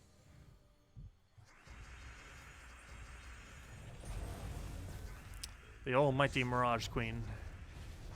The thing that has made so many teams relevant because of the elemental 50% bonus. Which honestly is probably the strongest 50% bonus currently in the game.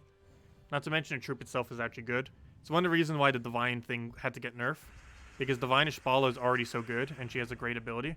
And same thing kind of happened with Mirage Queen, except they didn't bother nerfing it. And that Mirage Queen is already an insanely good troop, and it has 50% just plopped onto it. It's one of the other reasons why Titan is so good too. It's just an already really good troop that just has 50% plopped on.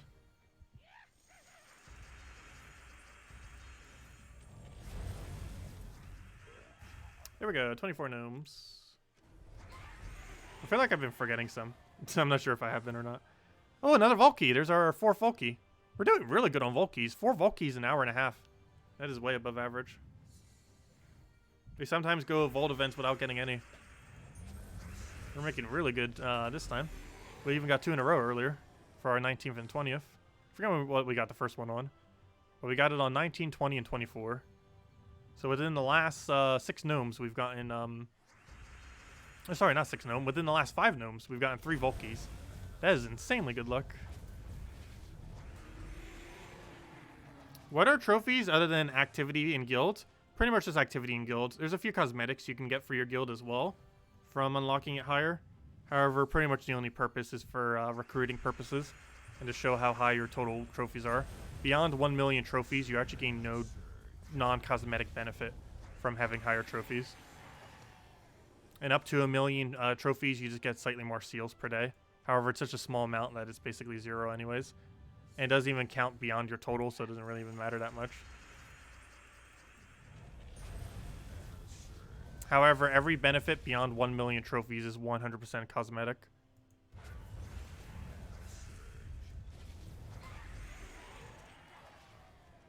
Thousand Glory, that's what we want to see. That's the best drop of any gnome that isn't a Valky. It is worth 45 gems.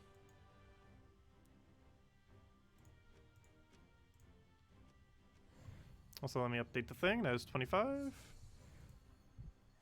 In some cases, it's worth even more than a Valky if you get a really unlucky Valky. I generally consider the value of a Valky to average around 80 gems or so. However, you can get a value of a Valky that is quite literally 0 if you get super unlucky. It is possible to get 0 gem value out of a Valky. However, it is also possible to get over 300 gem value out of a Valky. And it can even go as high as 1,000 if you get something like a major blue orb or a major purple into a few other good drops.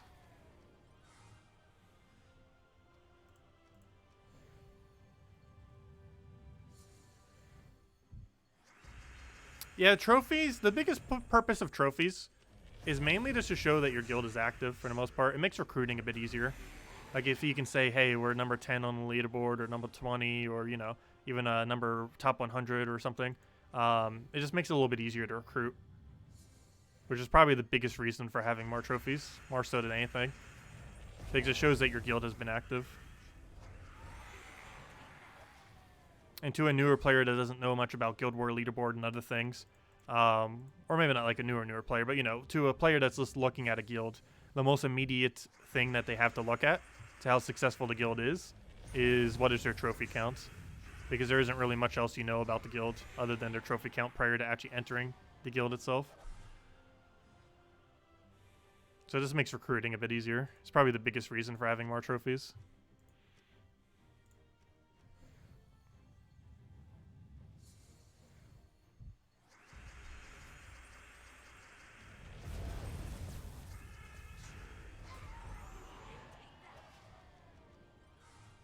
Yeah, trophies can be a sign of high gold production, because the more trophies you have, the more gold you'll have. Because almost every method of gaining trophies gives pretty decent gold, particularly Explore and PvP. And I guess Delves as well, because Delves give trophies now as well.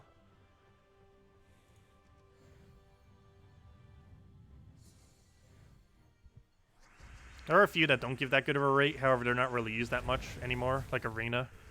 Like Arena gives a really bad gold rate. However, it's kind of obsolete now that you can just use Phoenicia spam and Explore. And even if not that, even what we're doing right now is quicker than running Arena for trophies.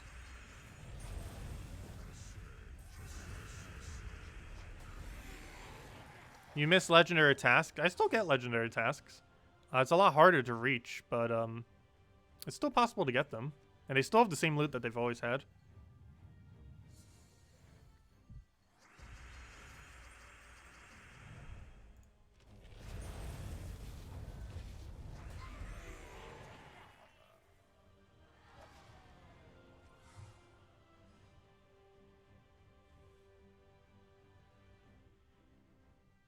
Yeah, most things related to trophies is rather pointless. You also get cosmetics for your guild, for backgrounds and stuff. Which are kind of just for fun.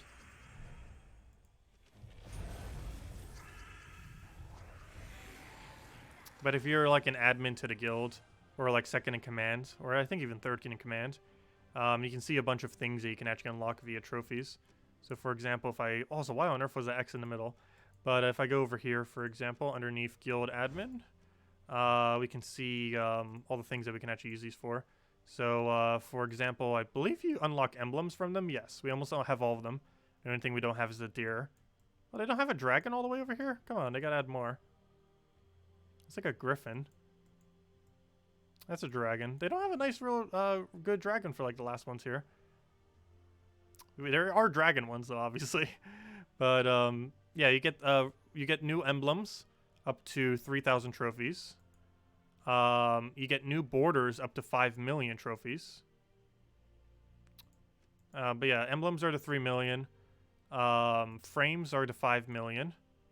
Base color, there's no unlocks. And the patterns are unlocked by a different thing. It's basically based on how many tasks you do within your guild. And those end up giving you XP, which then allows you to unlock more of these. So basically, the more gold you put into your guild, the more you'd have of the patterns. And that's all of them. So yeah, that's the only other thing that they help for. Oh, and backdrops. Backdrops that you can do behind your guild. They go up to 7 million actually currently. And they're probably going to add even more. And you can end up using these based on the trophy amounts you have. And the highest one I have right now is... Oh gosh, what faction is that? I actually completely forget. I know that one's City of Thieves. What came after City of Thieves? Mirrored Halls. Is this Mirrored Halls background? Or at least it's Mirrored Halls. That might be why I don't recognize it. Because that was 2 factions ago. I believe that's Dark Pits. That's Half Guardians. That I forget. That is... Why is that Glacial Peaks? Isn't that Glacial Peaks? But anyways. Yeah, you can unlock more that way. And that just changes the background that you have behind your guild thingy thing. Like for right now, we have a the Blossom Tree off a Shintank thing. Also, I didn't claim my seals. Let me go do that. Anyways.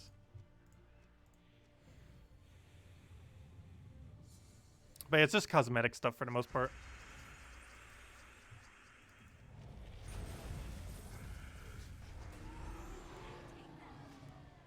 How often do Gnome appears?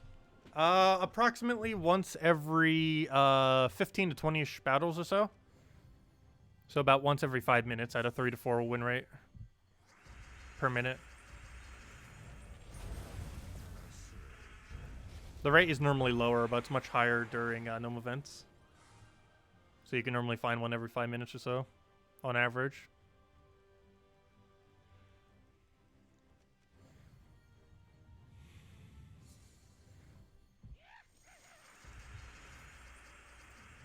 Though it is possible to go more battles, obviously, without getting one.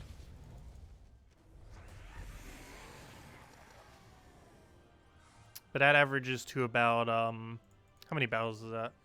That's approximately every 15 to 20 battles would give you a gnome. Approximately.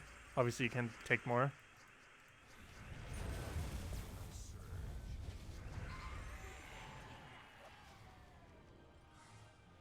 How do you get an actual good guild? Checking the Gems of War forum is a good place to check. Also keeping an eye on Global Chat 1 and Global Chat 2, particularly Global Chat 1. But keeping an eye on Global Chats can sometimes have a bunch of guilds recruiting. This, I believe, happens a lot more often on Guild War weeks. So if you're really trying to find a good guild, one of the best times to still search is on Saturday, Sunday, and Monday before Guild Wars. Which is 2 Sundays from now. Or 3 Sundays from now. Yeah, not this Sunday. Not next week Sundays. But the following Sunday. The Sunday before Valentine's Day, actually. That Sunday and that Monday would be a good time to try to find a really good guild. Because generally people are most active trying to find new members prior to Guild War. Because Guild War, you actually get penalized. Even with 27 out of 30. You still technically get more penalized by having less people in your guild. So it's always high priority to get a full guild before then. So it's generally the easiest time to join the best guilds is right before the Guild Wars. Like the day of or the few days before. Because that's normally when people are checking to try to get new recruits the most. Generally speaking. But yeah, the Gems of War forum is the absolute best place to check, I would say. There's actual threads for it and everything.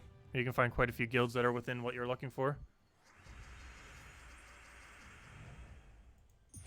There's everything from super casual to active, but still doing stuff, to the super ultra mega extremely high requirement ones. But yeah, Gems of War forum has a full range. If you give me what platform you're on, I could just copy paste the link to where they are as well. Because there's a few different locations depending on what your platform is. Well, they're all in the forum though. But I can give you a direct link to it if you need.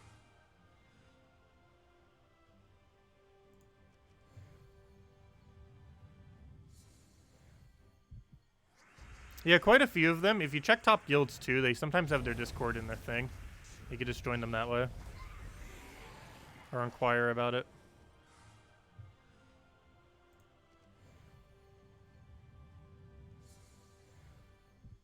When do you recommend opening vault keys for endgame players? Pretty much whenever it ends up working. Should they be held in case a new vault troop or gnome is introduced? That's what I'm currently holding out for. Not necessarily a new gnome, but I'm actually holding out for if they're going to be rebalancing. They mentioned some rebalance about a year ago that could potentially happen to vault keys, and I've been saving all my vault keys since.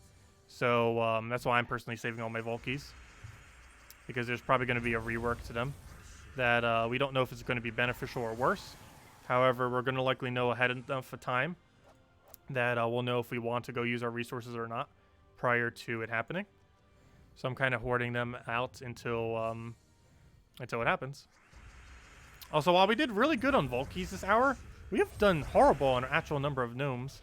And as I'm forgetting to track some of them, we've only gotten 7 gnomes in the last 46 minutes. Which is actually a pretty low rate.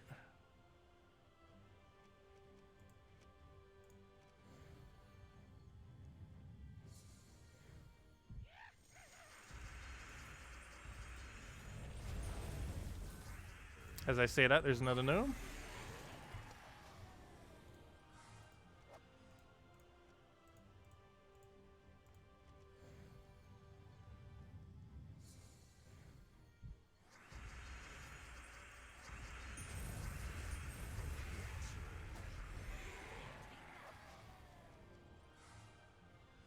Oh yeah, Phoenicia team does get pretty good gold as well.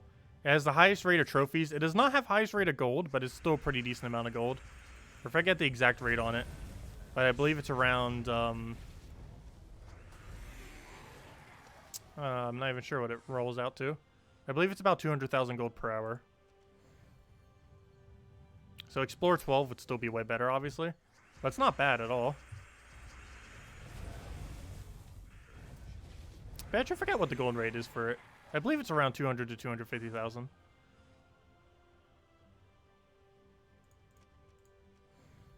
However, it is pretty easy to get over 300,000 in the current state of the game per hour.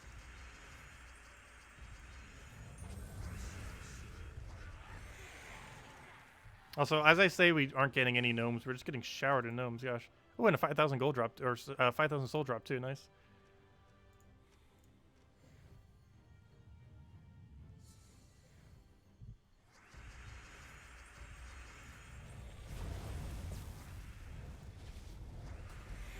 You're getting Dawnbringer this weekend for sure. Congrats. Yeah, great time to go grind for it. Even if you're not directly soul farming, you're soul farming. Because you're eventually going to find soul gnomes like we just found. We literally just got 5,000 souls in a single battle.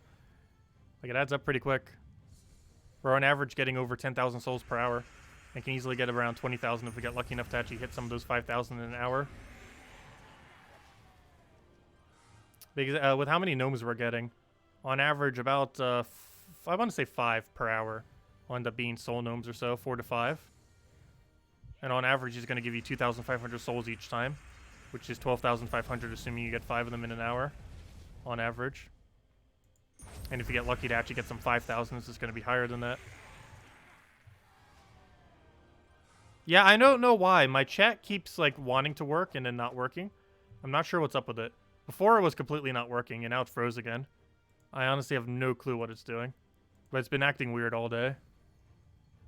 Honestly, I'm just going to probably just make it invisible at this point. Because it just does not want to function today for whatever reason. Where's my chat? I just had it active. There it is. But we're just going to deactivate it because it keeps wanting to not work today for some reason. Not sure why.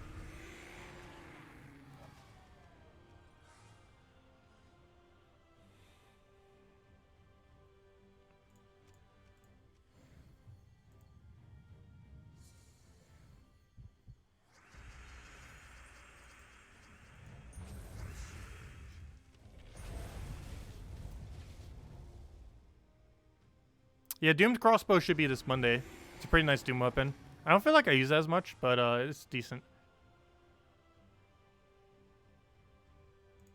Am I using slobs? Yes, I'm using Streamlabs OBS. I might be switching soon, though. once I finally officially move over to Stream Elements, if I end up switching over to Stream Elements. But I still want to get the Stream Deck kind of operating. Still haven't bothered messing with that yet this year. Just haven't had time, but I do want to get it rolling soon. Or eventually. Soon, eventually. Soon, TM. Green is the best? Green for what? Oh, yes. Of the 6 doomed weapon, I'd probably say green is the best. Not sure what I'd place as second best, though. But I would say that Doomed Glaive is the overall best, just because of the team compositions that's capable of being used for. I like the effects that the purple one has. But I don't feel like it has that many team compositions.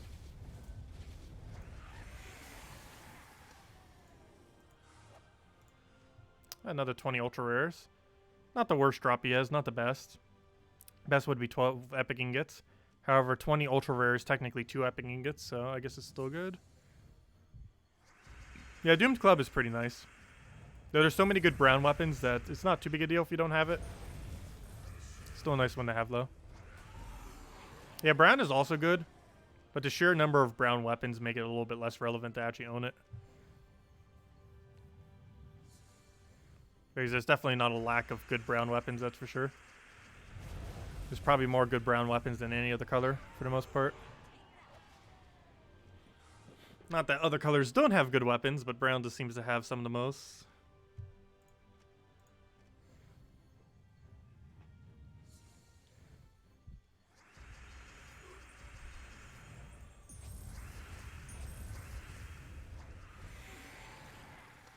Yeah, it looks like our hourly gnomes is quite bad this hour.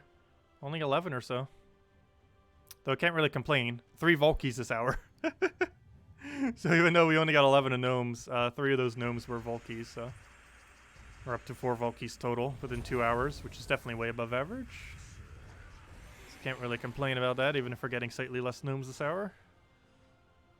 But that is about on par, because I said you get about 1 gnome every 5 minutes. And if we get 1 more gnome, which we just did, that is exactly 1 gnome every 5 minutes at 12 gnomes, which is what we just hit right now. Which is why I say it's about 1 gnome every 5 minutes, because it's about 1 gnome every 5 minutes. And that's assuming a win rate of once every 3 minutes. Or sorry, 3 every 1 minute. And we're actually winning slightly quicker than that, which is why the first hour we got slightly more than 15. I mean, than 12, I mean. Because 12 is exactly once every 5 minutes. But that assumes winning at a rate of 3 per minute and not 4 per minute.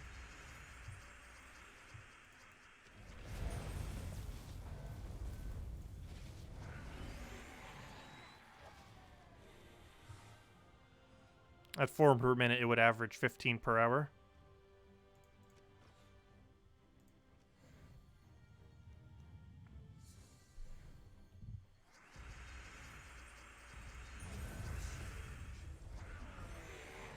Hello, September Blick. Welcome.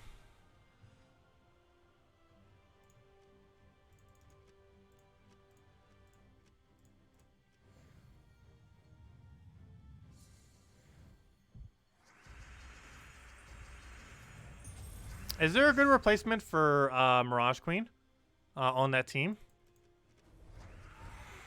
Also 3 per minute would be 18 per hour. Never mind. I did that math wrong. But, which would explain why we got 20 that 1 hour. Oh, wait, no, it wouldn't. Wait. Okay, I'm doing math extremely wrong. But anyways. I meant 4 per minute, not 3 per minute. But anyways. Let's see. We need to go add another gnome thing there. To our counter.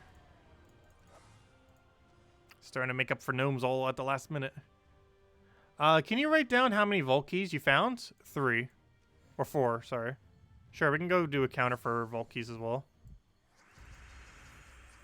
Let me go get another thing set up for it.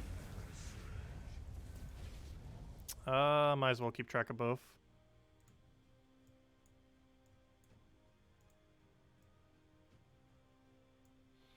Let's see. Let's go find another text field.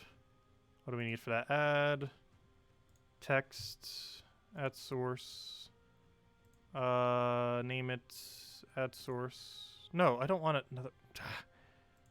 No, I want a new one. Don't add the same exact thing. Why would you do that? Why is that even an option? Why would you need 2 of the exact same source like that? Why is that the default option for it? What am I looking for? Where's the delete button? Do you want to delete? Yes. Okay. That's not what I wanted. I want a new source. Name it, Vault Keys.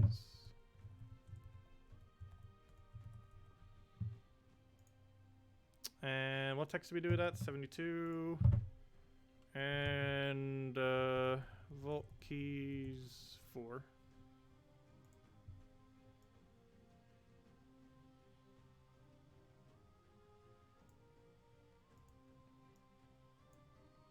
Yeah, those look kind of centered.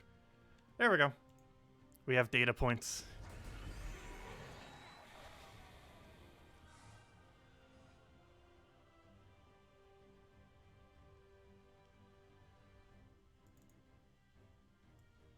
But there we go. All of our data's. We just move that over now. And there we go. Okay.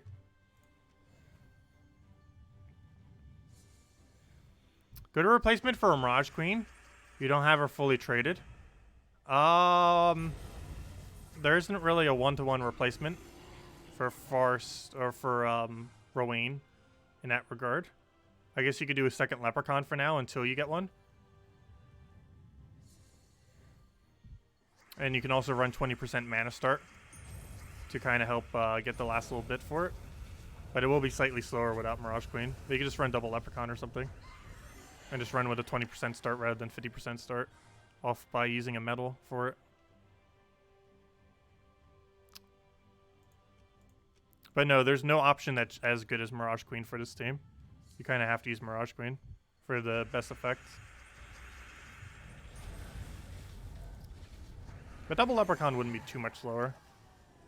Actually, it kind of would be. I don't know. It's not advised, but it'd be fine until you get Mirage Queen. I would highly advise just get Mirage Queen instead. Because after just a few days of delves, you could probably get enough shards to get a Mirage Queen if you don't already have it. And if you don't have the traits, you can farm the traits within like an hour or two just by going to Mist of Scales and farming there for like an hour or two. Just go to Mist of Scales, explore. Go farm there for gnomes for a couple hours, and you'll probably have enough to go fully trade it. Possibly even an hour, you'd have enough to go and fully trade it.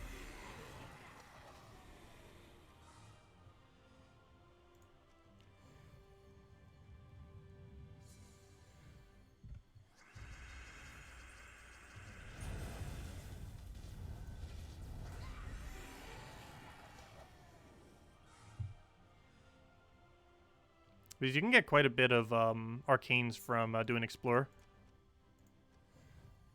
You can get about like double digits per hour. Like anywhere from like 10 to 20 per hour. Because every single time you do a mythic battle gives you a guarantee arcane. And every single battle you do has about a 3% or so chance or so to give arcane as well. And also the drop that gives you the guarantee arcane, you can actually get a second arcane from as well. That still does the 3% or so drop for arcane.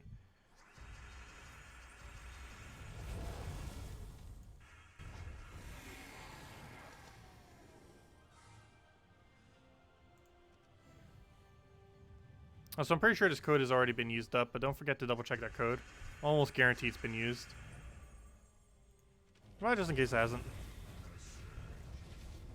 There's a bigger code too, so I'm pretty sure it died in like 10 minutes. Well, you never know. We handed that out about an hour ago. It was kind of funny. We handed it out when we hit 20 gnomes. And we said if we find a vault key and 20 gnomes at the same time, we'd end up handing out a code. And it did happen. So we handed out a code. We actually got 2 vault keys in a row at that time. 19 and 20 was a vault key.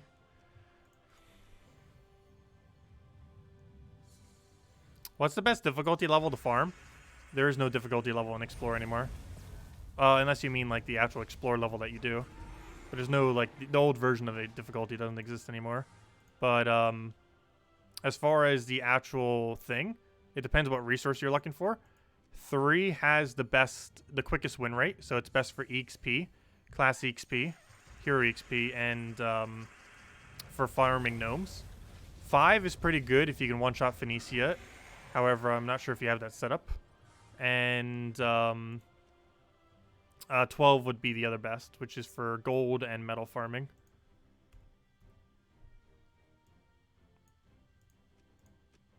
Okay, so it looks like we hit about 14 gnomes this hour or so, which isn't too bad. Though we hit 3 Volkies in that same time. So comparing it to that, that is an absurdly good hour. However, it's kind of weird. Our gnome rate was low. Or not low, but you know, it was lower than the previous hour. However, we got 3 Volkies, so can't really complain. Oh, for arcanes, the best thing to do for arcanes is the quickest win you could possibly do. Difficulty has no effect on the arcane rarity that you get. It does affect how often you get the guarantee free arcane. However, unless you can quickly kill Explore 12, I would advise doing Explore 2 or 3 with Quick Kill Team for farming arcanes.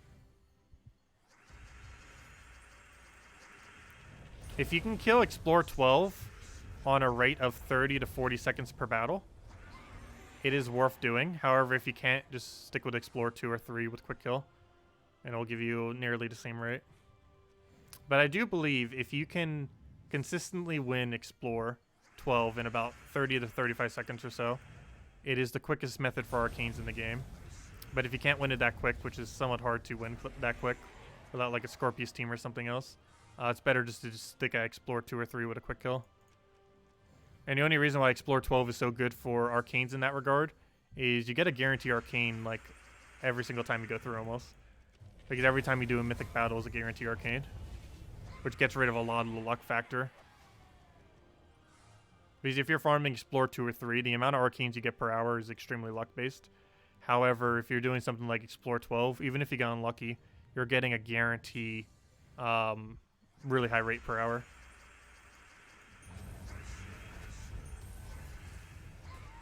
Because you can cycle through in about 5 minutes or so. And if you can cycle through in about 5 minutes for all the battles, and about every second time you're getting an arcane. What is that? That's a guarantee, and that's a low ball estimate too. That's a guarantee 6 arcanes per hour at 100% chance, and that's extreme low ball estimate as well. For 6 guarantee arcanes in an hour.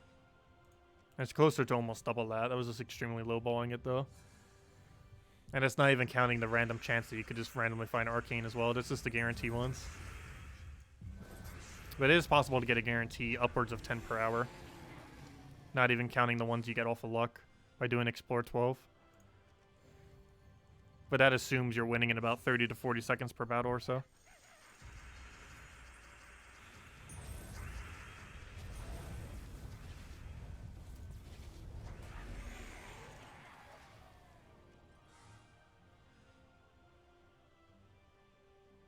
For Arcane level 12 is must. You can use Rowan or Skea. Oh yeah, you can use Rowan or Skea Shield team.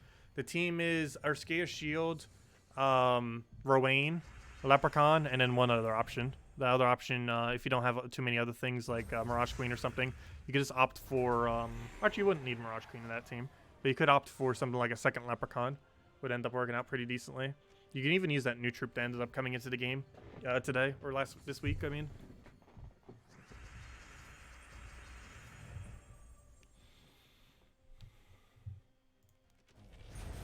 Yeah, Harpy Mage works pretty good for it too. Covers more colors while still having to explode. I like double Leprechaun just because of the extra gold. And for a battle like that, you might not necessarily need more than 2 casts anyways.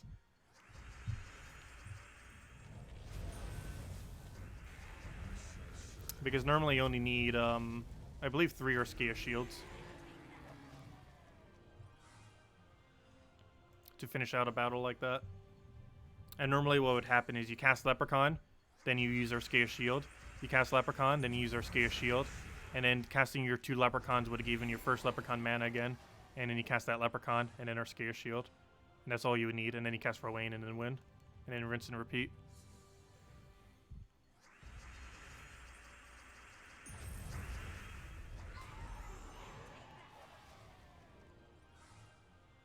But Harpy Mage does have the benefit of not being blocked by mana on that team. And it kind of acts like a Mountain Crusher.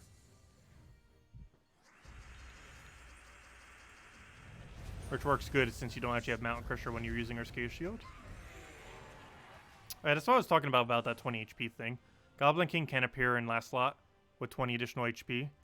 However, if your damage is high enough, he doesn't actually stop you at all. Like right there. Like even though he had 20 extra HP, it obviously did not stop us from one-shotting his entire team.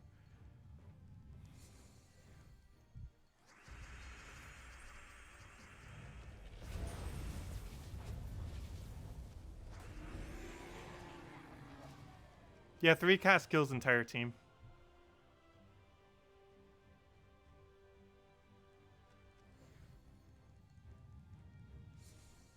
You don't know if there is a glitch, but while you were trying to get all the kingdom quests, you were able to play the faction assault only from the events tab. Game said it had to unlock Underworld. I believe normally you would have to do it prior, so that might have been a glitch if it just let you do it. Because normally the way that factions work, or they're supposed to work, is you have to complete out the faction quest line, and then you can do everything faction related. I'm not sure if events bypass that. For example, I know one thing that does technically bypass it is whenever there's a class event, you're allowed to do the class and unlock the class even if you don't have the kingdom unlocked already. So it has that kind of functionality to it. I'm not sure if they've tweaked it so the same applies to delves, in the sake that you don't really need the quest line done. But last I recall, you do need to have it done to be able to do them, so that might be a glitch. Because last I recall, you do need to have the faction quest line completed first, which doesn't take that long. It takes like 5 minutes or less. They're all pretty quick. Because they're only like 7 quests normally or something. They're really small.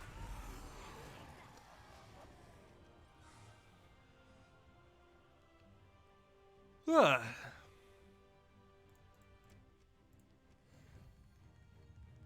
We haven't gotten a single one this hour. And by this hour, I mean the last few minutes. I mean the new hour. So we got 20 the first hour. Then 14 the previous hour. And we'll see how many we get this hour. In the first hour, we got 1 vault key. Second hour, we got 3 vault keys. Really lucky. 2 in a row, too. And this hour, we're obviously at 0 because we've gotten 0 gnomes. So 0 chances to even get one.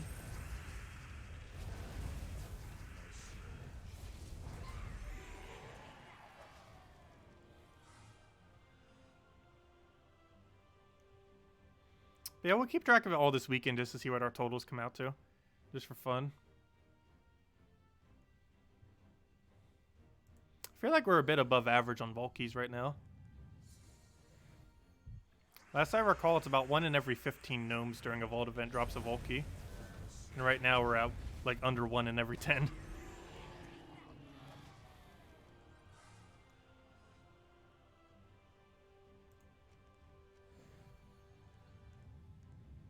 Might even been closer to 1 in 20, I should forget. But right now we have the absurdly skewed data due to getting a bit lucky there.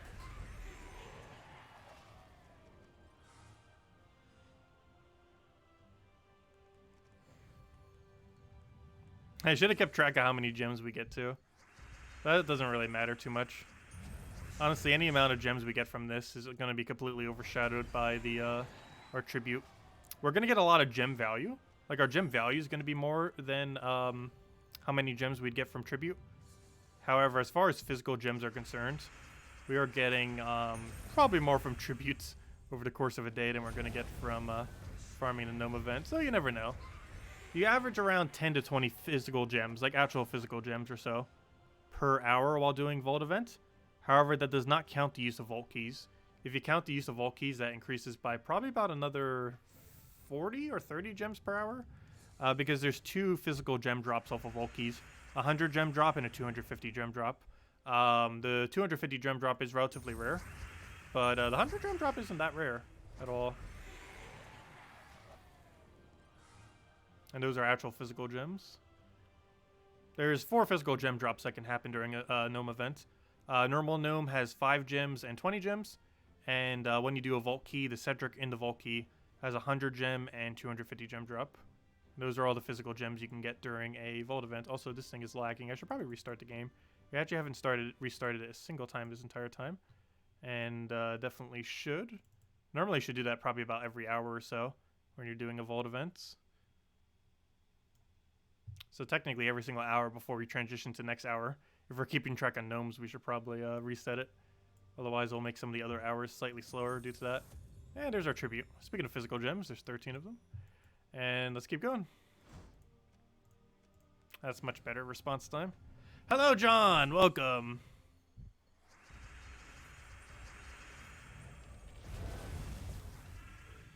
Yeah, factions are the best rate for legendary and mythic ingots. Later in the game, that doesn't matter as much because you're going to have more than you ever know what to do with.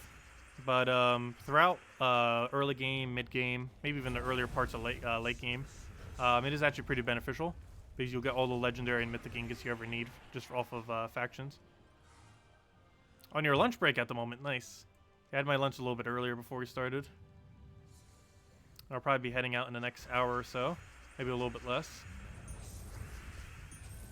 Because today might be the last of the impeachments, and I wanted to go and see what happens. Because this is probably the juiciest day of it all. Because this actually determines if they're going to have a fair trial or not. Or if they're just going to have no witnesses, get it passed, and just have them acquitted. Be fun to see what happens. Let's see, we'll throw that down. I don't think it's happened yet. I haven't been keeping track of it today, but I believe it starts at 4 today. Which is later than normal. Technically, he's already been impeached, but he hasn't been removed. And they're basically possibly voting on that today if they skip past witnesses. And if they skip past witnesses, he's 100% not going to be acquitted. I mean, he's going to be acquitted and not be removed from office. Regardless, it's been interesting to watch. Or I find it interesting.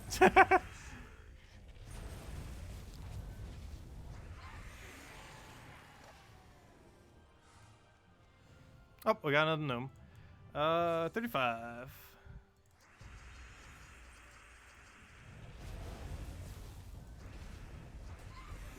Also, I believe Brexit happens today as well. So that's a thing. It's something that's been supposed to happen for years now. And I believe it's 100% official as of later today. I forget exactly what time. But like sometime later today, it is 100% official that Brexit has occurred.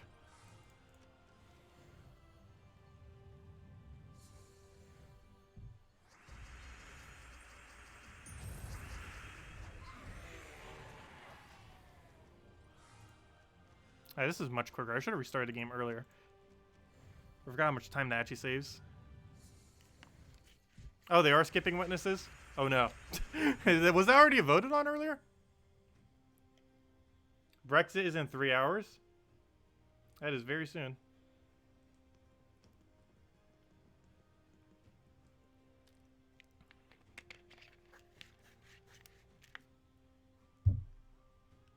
Brexit. In exactly 2 hours and 43 minutes. A lot of interesting things happening today.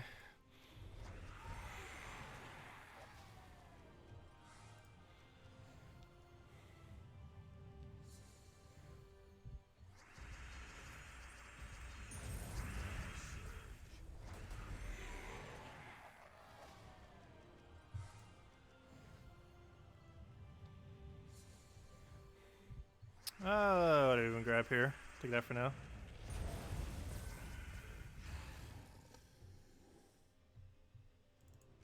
Yeah, it's a really close vote for the Senate. Oh no, polling showed it's like 80% in favor of witnesses. If they have nothing to hide, I don't see why they shouldn't have witnesses. They've been arguing like crazy the last like 10 days to not have witnesses. Pulling like everything they can.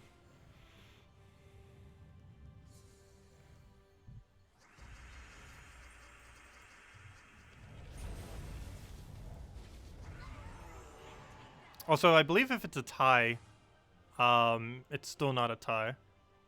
Because they would just vote no. Because I believe it goes to... I forget who it goes to if it's a tie. I believe it goes to Vice President. And obviously he'll favor Trump. Which will probably be no witnesses then. I highly doubt he would. I forget who it goes to if it's tie. I'm pretty sure it's Vice President. Yeah, VP. Okay, that's what I thought.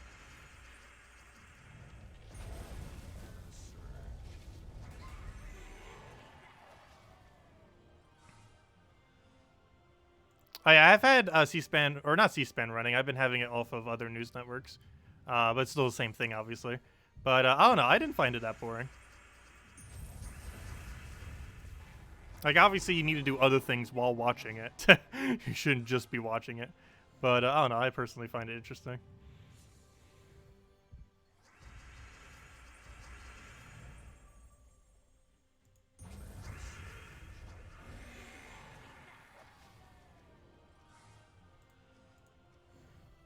Oh, VP cannot vote in this case, so it fails at 50-50. Weird.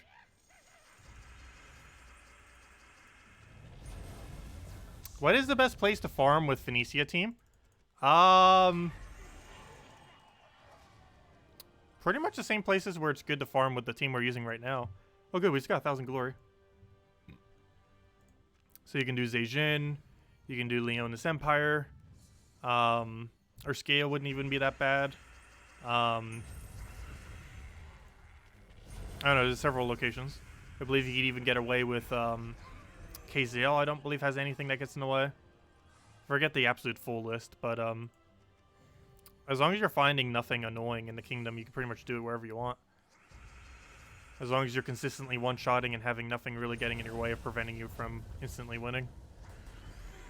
The main things you want to avoid are 25% revives, or anything that revives on death, Empower, and what was the other one? And spell reduction. As long as the kingdom has neither of those three things, or very minimal of those three things, you'll be fine farming it there.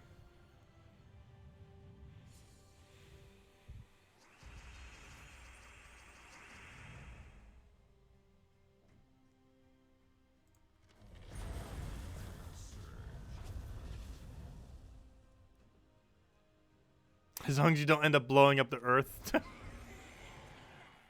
you'll be fine with it. Oh, they're not there yet.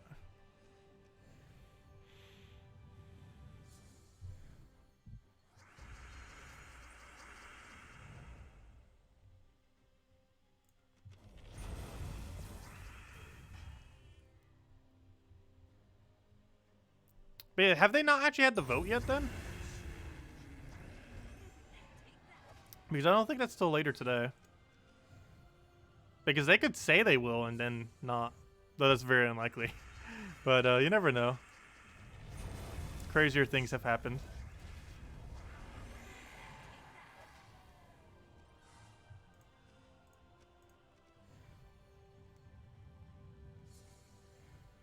Yeah, I don't think they start back up till 4.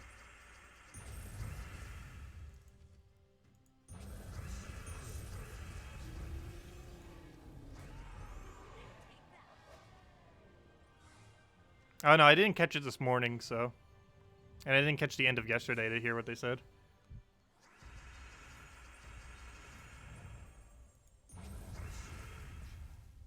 Oh yeah, that reminds me, the Iowa caucus is in a couple days, isn't it? I think it's February 3rd. And I get to vote soon too.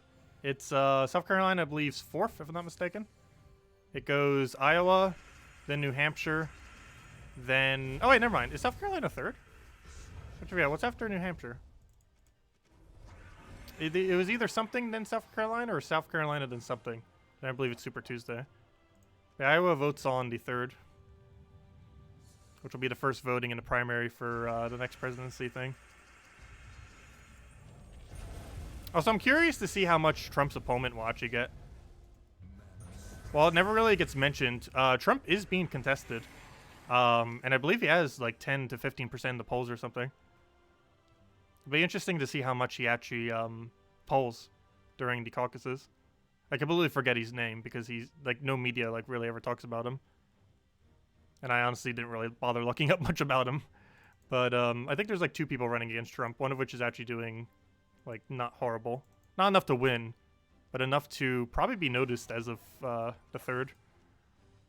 Because most people probably don't even know Trump's being ran against from the Republican side. Obviously, he's being ran against from the Democratic side. That's pretty obvious.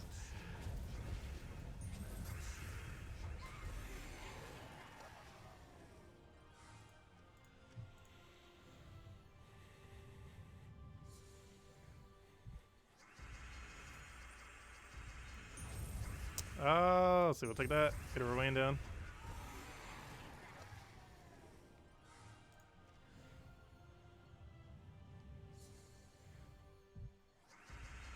Yeah, it is possible that Trump gets impeached and re-elected in the same year.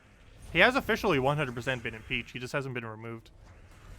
He'll also be the first president in history, if he was to somehow win, to be both impeached and re-elected.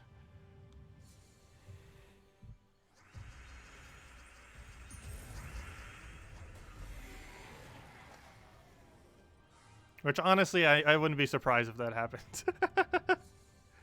What a weird combination. It's definitely not impossible, though it is pretty unlikely.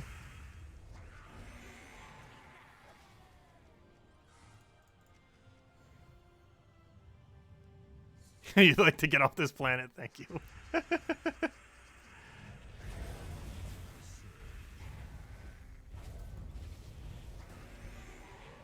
That's funny. Oh, nice, arcane. I haven't really been keeping track of arcanes much. We should have made an arcane counter as well, but that might have been a little bit too much because arcanes come in pretty quick. But then again, they're coming out about the same rate as gnomes. Honestly, on average, we could just assume how many gnomes we get is how many arcanes we're getting during a vault event. Because during a vault event, they're almost the exact same drop rate. The rate of arcanes relative to the rate of gnomes. Assuming we're doing Explore 3. It'd be skewed a bit more if we were doing Explore 12. Because we'd be getting way more arcanes than we'd be getting gnomes. Because of the guarantee arcanes that we'd keep getting every so many battles. Which would definitely outweigh the gnomes. But when we're just getting random drops, it's about the same rate. The random drop of arcanes about the same drop of getting a gnome during a vault event.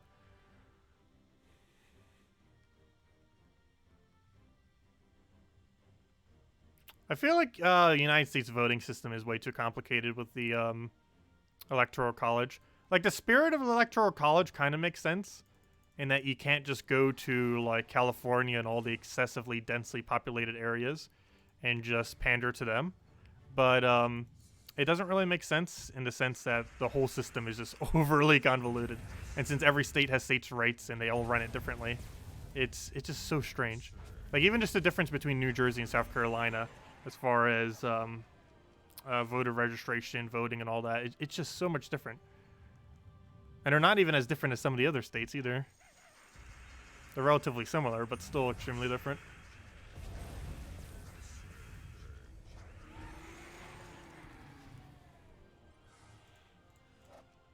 I didn't even see how many souls we got there. Not like it matters much. I don't really need souls at the moment. 36 gnomes and 4 keys. 1 out of 9 battles giving you a key that has a gnome in it. Well, not every single 9 battles. But so far, every 9 gnomes, yeah, has pretty much given us a vault key for the most part. However, do keep in mind the average is closer to 15. The average is closer to about 1 every 15 to 20 gnomes has a vault key. Actually, I believe it's 1 in 15 or so during a vault event. Also, see you, John. Have a good lunch. I'll probably be gone by the time you get back. We're probably going to be ending in the next half an hour or so. Ooh, sushi sounds nice. I had all-you-can-eat sushi a little bit before Lunar New Year's. Kind of celebrate Lunar New Year's. I was going to go the day of, but didn't have time.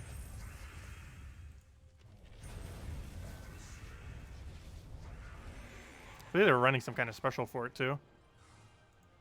Actually, I'm going back to Melting Pot this Sunday. They're doing a special for I was just there the other day because I figured why not? Because they were running a pretty cheap special that was actually really nice. But they're running all-you-can-eat fondue for Super Bowl. And I'm going there at noon to go and snack up and then snack during the Super Bowl. But it'll be my like pre-show snack. Also, our stream on the Super Bowl day is probably going to be at a very weird time. I'm probably going to stream at like 4 or so, 4 p.m. Eastern Standard Time. So basically almost around this time on Sunday is about the time I'll be streaming. It's going to be a really, really weird time. Than what we normally stream at. But I'll cover some time zones that we normally don't get to watch us. I'm mostly watching for the commercials. That is still a good reason to go snack on pizza. Literally just gonna eat fondue for lunch or brunch, whatever you really call it at that point. And then for Super Bowl, just munch on probably pizza and cheesy bread from Domino's or something. Because I think they're running some kind of special for Super Bowl as well. Day-old sushi isn't bad. I've had multiple day-old sushi before. Generally, you do want to eat it a bit fresher than that, but still be good. Hello, Adele. Welcome. I had some pretty nice sushi while I was at my friend's place in Chicago for New Year's. There's a really nice one in walking distance. A little pricey, but it's, well, it is Chicago after all. Well, it's kind of like right outside of Chicago. I always keep calling it Chicago. It's not actually in Chicago. It's pretty close, though. But it had really nice sushi. It's not the absolute best sushi place I've ever been to, but it's definitely pretty high up there.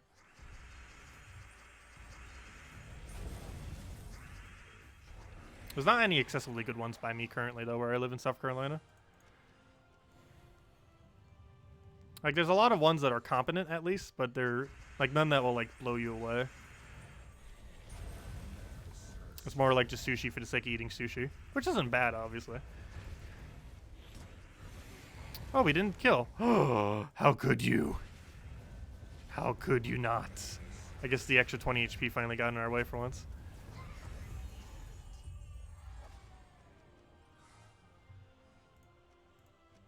Sushi is your only addiction. That in gaming. That's not a bad addiction to have.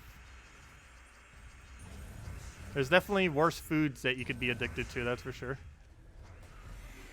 Like, being addicted to sushi is maybe not the healthiest food to be addicted to, but it's definitely not a bad one to be.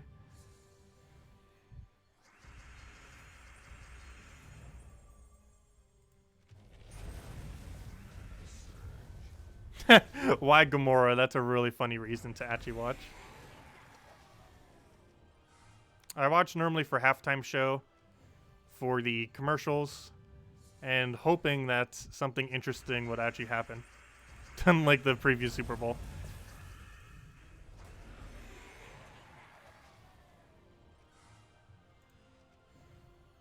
Yeah, sushi can get pretty pricey.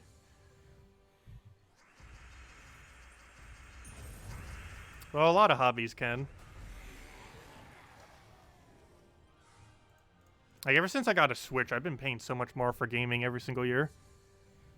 Well, I've only had it for a year.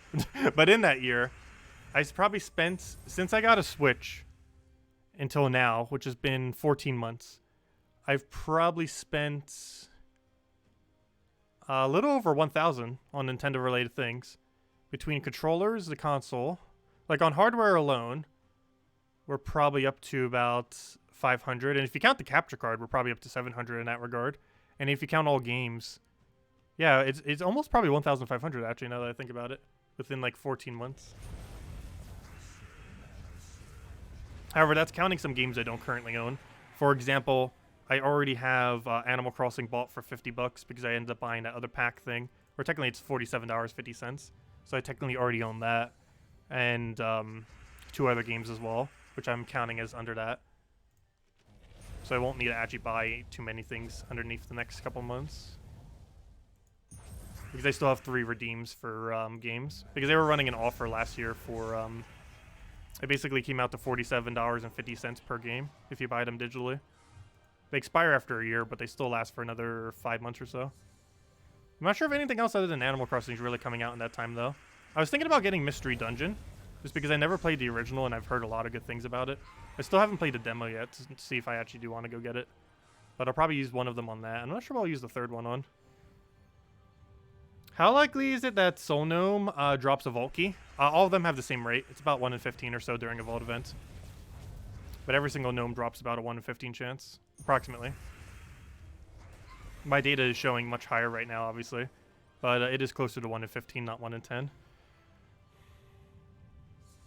And that's during a Gnome event. Their rate is much lower when it's not a Gnome event.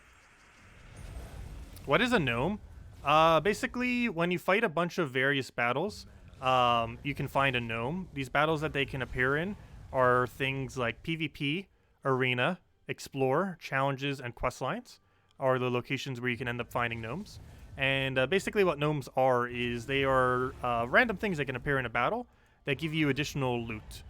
These can range anywhere from extra glory, gold, souls, gem keys, various other keys, actual gems, and a bunch of other various resources.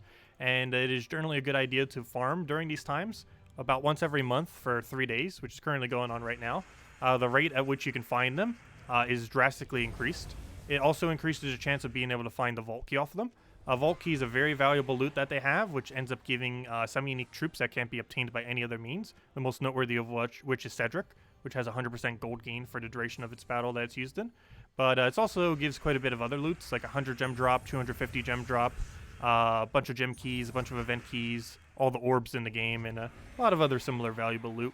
So it's a great time to farm like crazy to go get resources. And that's what we're doing right now. You can get more resources during a gnome event than pretty much the rest of grinding throughout the rest of the month, to be honest. You can get like an absurdly high amount of loot if you grind heavily during a vault event. Just because the increased amount of loot from gnomes. Because if you base it based on gem value, like things that actually can convert into gem-related things in one way or another, either in saving you gems or in actually giving you gems, vault event covers a substantially higher amount than you would gain at any other point. Like, farming for 2 weeks is about the equivalent of farming for 3 days during a gnome event, just because it's that much more loot from having the increased gnome rate. Approximately, the actual increase is about 3 times higher for gnomes and also 3 times higher for vault keys, which theoretically means your chance of finding vault keys is about 9 times higher, which is why it seems like you get so many more vault keys during a gnome event rather than at any other time, because it's approximately 9 times higher, combining the 2 factors.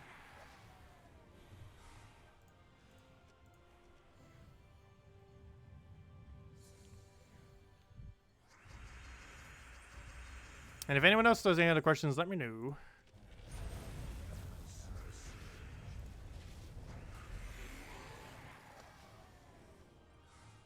I feel like I've been forgetting to mark a couple of the gnomes. Because we've definitely gotten more than 3 this hour.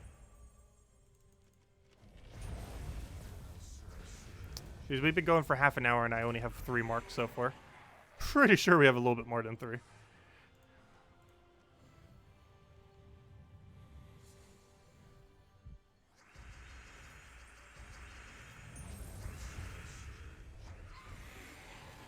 Does the level of Explore matter? No. The quicker you win, the better.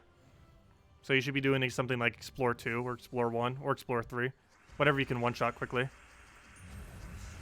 Whatever the highest you can easily, consistently one-shot 100% of the time. Which depends on what you have to use. But 1, 2, or 3 would be where you go. I'm currently doing 3 just because I have a higher damage output. But 2 or 3 wouldn't deter your loot much at all. Every single one technically gives the same gnome rate. The whole gnome rate depends solely on how quickly you can win battles. So the quicker you win, the more gnomes you get. The only thing that going to a slightly higher difficulty will affect are the other resources that you get along the way. Like the small amount of gold, the small amount of those shard things and stuff like that. But for the most part, you won't really see that much of a... you won't see that much less loot from doing 1 or 2 Explore instead.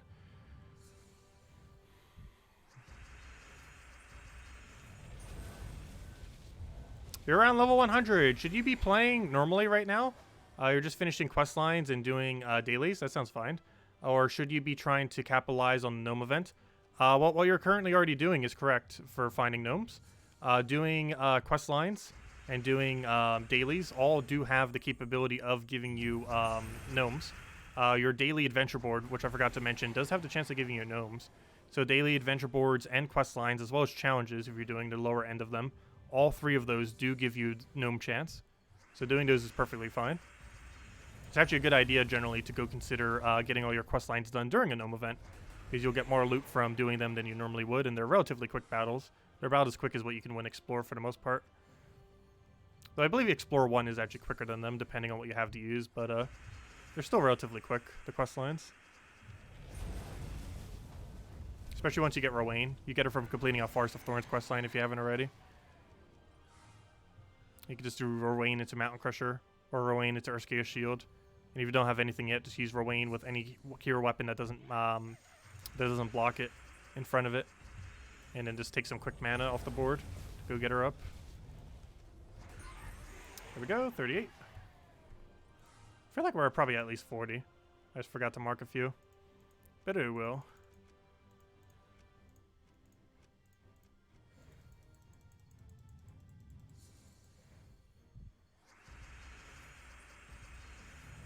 What do I go for here? Take that for now.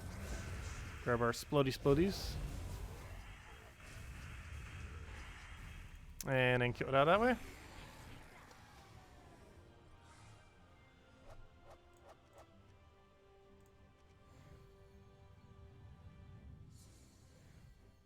If anyone else has any other questions, do let me know.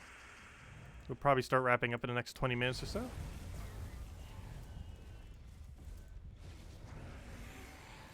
Hopefully we'll get at least one more Volt Key in then. Gosh, we almost got more gnomes in our first hour than the other 2 hours combined. Unless I'm forgetting to mark some. Which I feel like I might have. We definitely didn't miss any Vault Keys because that's really easy to tell. We started with 123. So that's really easy to tell the exact amount on. It was a little bit harder to find out the exact amount of gnomes because there's nothing we can directly check to see how many gnomes we found.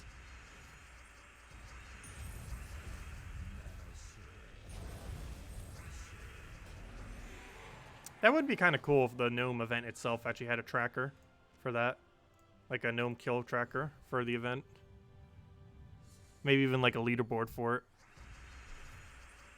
Whoever kills the most gnomes wins. Even more rewards, if that wasn't already enough.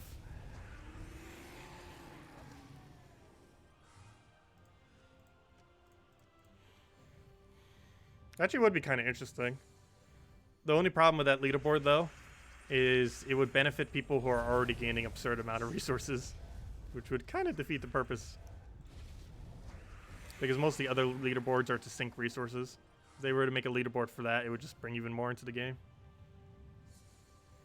Because not only would it incentivize to grind even more gnomes than you normally would, but it would give people who already grind an absurd amount of gnomes even more loot.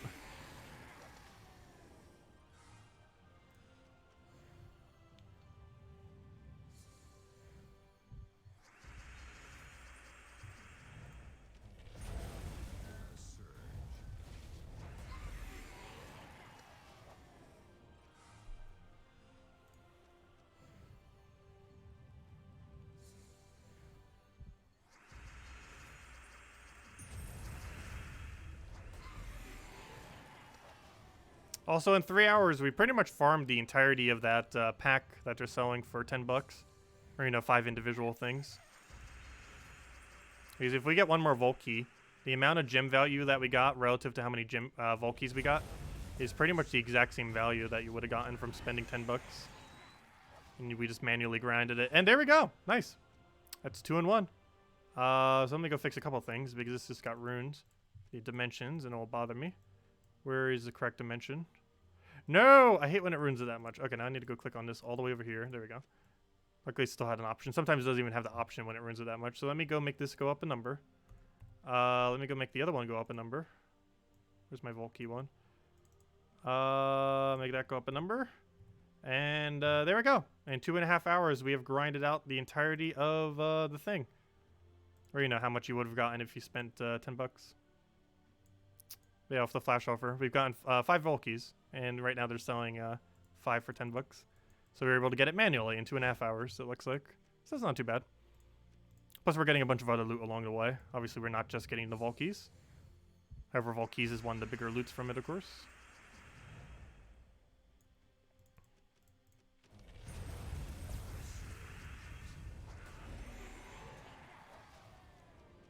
I could always just make a leaderboard that doesn't give rewards. I don't know. They mentioned some stuff about leaderboards in the past and the complexity with it. However, they did say that they wouldn't be against adding some more leaderboards into the future. However, if they ever were, I feel like there'll be resources that encourage sinking resources rather than gaining resources.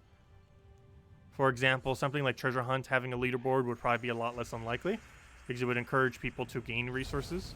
Whereas something like a leaderboard that has orbs on it for something like, you know, like raids or invasions, that actually goes and encourages people to spend more resources.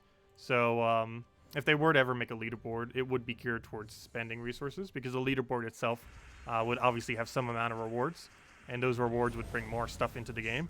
And to counterbalance that, they would have to take stuff out of the game. So hello, George. Welcome.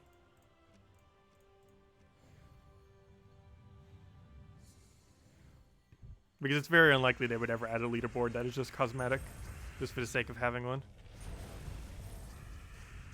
It would have at least some amount of reward, even if it's a relatively useless one. For example, PvP reward is nearly useless. However, it still has a leaderboard. But it's a nearly useless leaderboard relative to the loot that you get off of it. Am I going to be playing any of the gnome vaults? I'm not actually going to be doing any of the gnome vaults just because we're hoarding them for the future. So we're not actually going to be doing any. However, you just use the exact same team. The exact team I'm using right now, you can just run through vaults with. You don't need to make any changes at all. It's the same premise. You just throw over Wayne, get full mana, kill with one cast, and then boom, you won. It's the same premise. You just get a lot more loot from when you open them.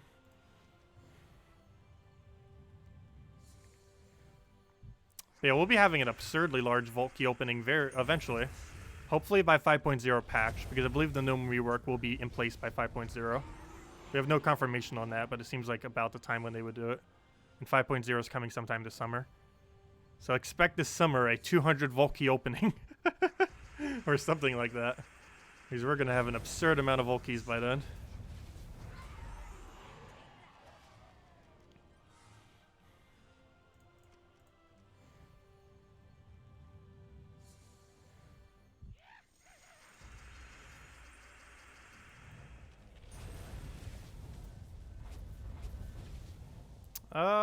What do we grab here? We'll take that for now.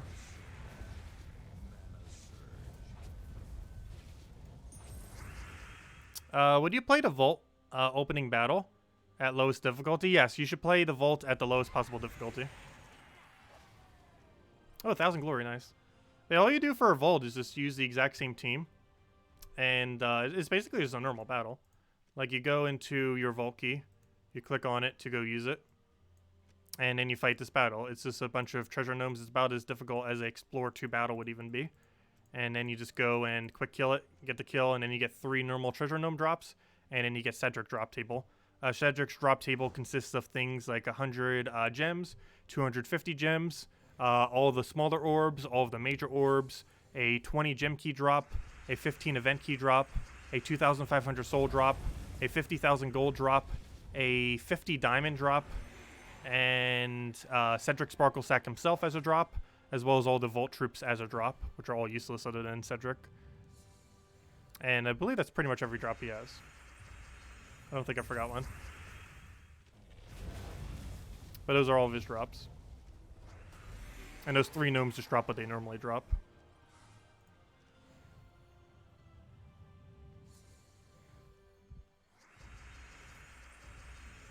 Yeah, the rewards are same regardless of difficulty, so you should always do it on normal difficulty.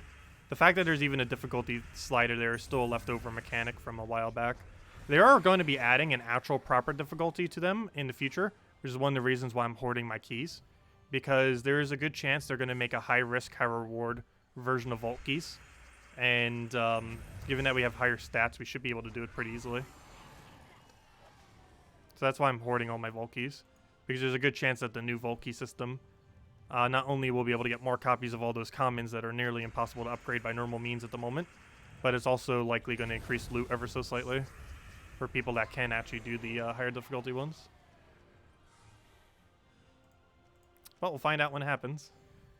Why would you want to hoard the Vault keys? Because they're reworking them.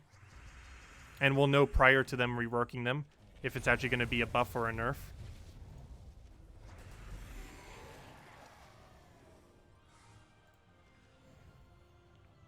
Well, that's likely happening at 5.0 patch this summer, though no official date has been given. But it's something that's almost guaranteed going to happen. Also, the other reason to hoard them is sometimes they add new gnomes, and people who are completionists like to own everything in the game. And in order to do so, you would have to have some reserve of Vault keys for whenever a new gnome comes out. The most recent one that we got was Mecha Gnome, which came out several months ago, which ends up adding ingots to the game, with his most useful drop being a 12 epic ingot drop. And the main reason why that one's the most useful is because it's the rarest traits. It's the rarest ingot in the game, just because of how ingots end up working. It's kind of weird that the epic rarity would be the rarest one, but the same thing kind of happened to arcanes. The rarest trait stone is actually arcane trait stones, the epic rarity one, and the main reason for this is there's so many of them. But in the case of the other one, it's just because of how they upgrade. It's mostly because factions give an inflated amount of legendary and mythic ingots, and there's not really any easy way to get the epic ones. because common, rare, and ultra rare are all low rarity.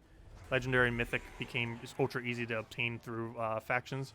However, there was no easy way to go get the epic ones. And the mech gnome kind of filled that gap a little bit.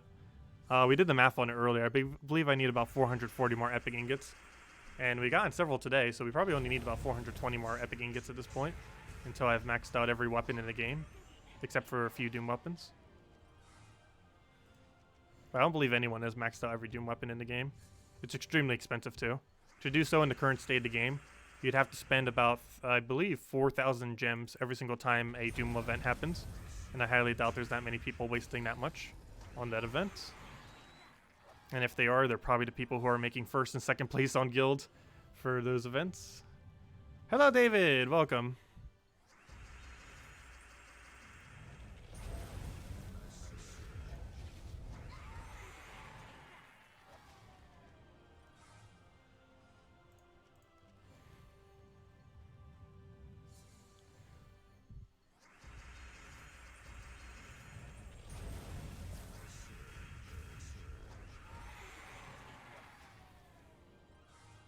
They could make a diamond gnome.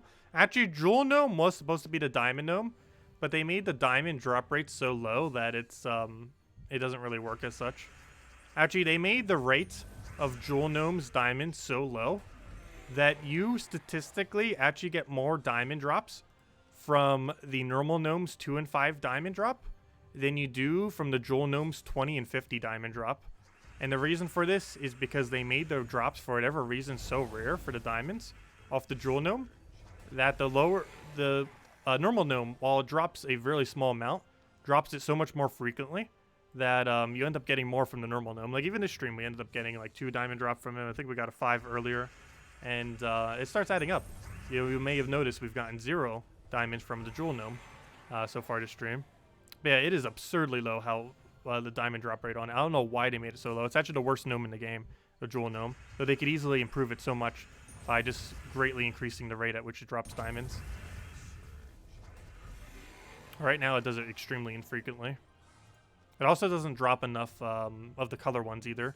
It should be dropping at least 100. Because even a pet gnome theoretically drops more color jewels than that of a jewel gnome. Because if you go do a pet gnomes event, not only are you going to get all the pet and all the pet food and everything else that comes along with it, a little bit of gold and everything, but you also end up getting jewels, and you're probably going to get anywhere from about 50 to 75 jewels whenever you end up completing out a pet. And the jewel gnome only gives 20 for killing it, whereas a pet can give you, on average, probably about 50 every single time, among all the other loot. So it's really weird how low jewel gnome is. It should be at least, they should drastically increase the rate of its diamonds, how frequently it appears. And all 6 of the color things should be increased to at least 100 on it. And even then, it probably isn't even that good. But at least it would be more on par with the other gnomes. I honestly feel like they made it so bad to counterbalance Glory Gnome, because they made Glory Gnome way too good. So instead of nerfing Glory Gnome, they just made Jewel Gnome horrifically bad. I still feel like that's why they did it. That's the only justification I could possibly think of why Jewel Gnome is so horrifically useless of a gnome.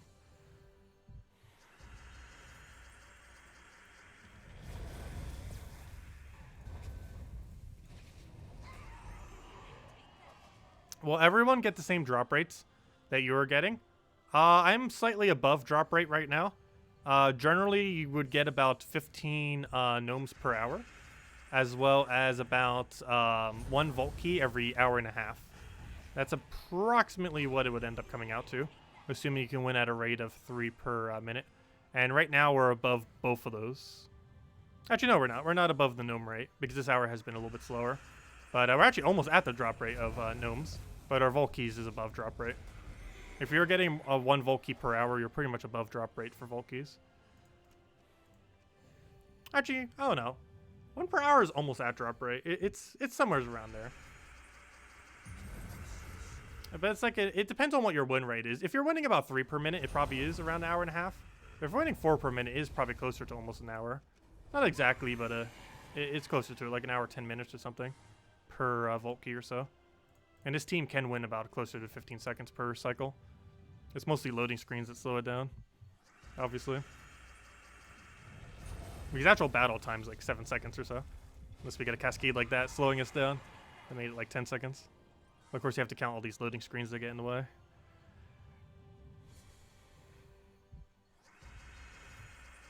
But no, it is definitely possible to get way less lucky than this. We are above average on luck right now. Gnome rate's about at average right now, as far as gnomes found. But our Volkeys is definitely above average. We even found 2 in a row, which was super, super lucky. We also found 3 Volkeys within 6 battles. Or 6 gnomes, I mean. Which is also way, way above average. You find about 1 Volkey every 15 gnomes or so. And you also find about 15 gnomes every hour. Approximately.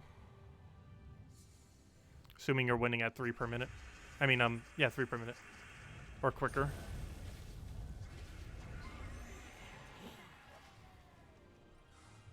I do believe we are closer to 45 right now, though. I just think I forgot to count a couple of the gnomes.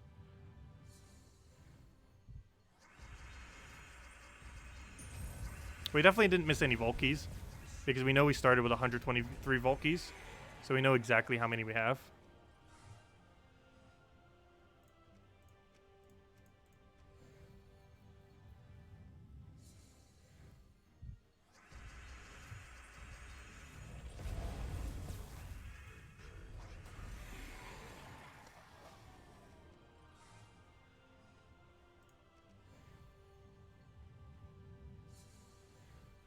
Also, speaking of gnomes, where are they? We haven't got one for several battles now.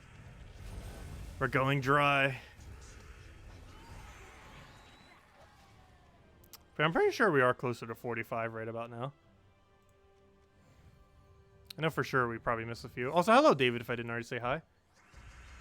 Also, we have 2 Davids. Welcome, both Davids. I forgot what name it was.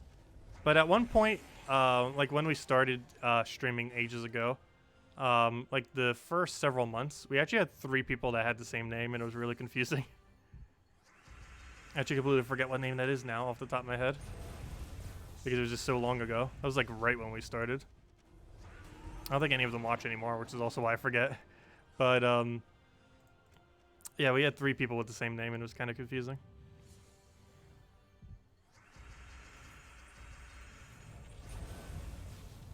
If anyone still has any other questions, let me know. We're probably going to wrap up in the next few minutes or so. So any other questions, any other things, let me know. Probably wrap up after we get that next chest. Oh, there's our next gnome, 42. Want to give us that vault key to make it a nice 6 for 2 per hour? You know you want to. That's way above drop rate. Come on, Volkey, go. Boom. Ah, no Volkey. Oh well, we're already above drop rate. Can't really expect it.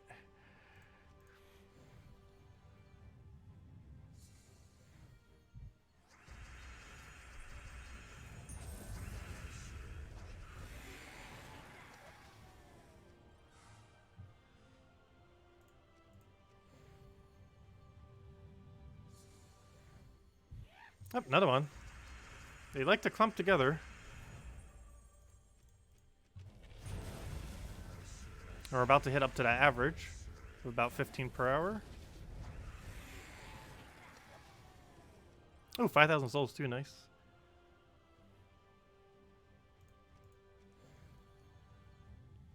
You're 258,845 from Dawnbringer. Congratulations.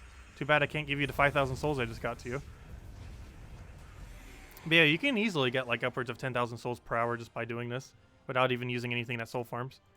Just off of soul gnomes alone. And if you pull enough 5,000, you can even get closer to 20,000. Because just in that one drop, we just got 5,000 already. And obviously you can get a couple of those per hour if you get lucky enough. But even if you don't get lucky enough to get the better drops, you're still averaging about 10,000 per hour from him or so. And same as Glory Gnome. Glory Gnome averages like about 2,000 glory per hour, even if you don't really hit that many thousands. Look at that. We might have just gotten 10,000 souls in like 1 or 2 minutes. Let's see how many you're going to give. Another 5,000? You know you want to. Look at that. 10,000 souls in like 1 minute. But you can get some really quick souls. Obviously, it's somewhat luck-based, but when you do get lucky like that, it's really absurd how many you can end up getting.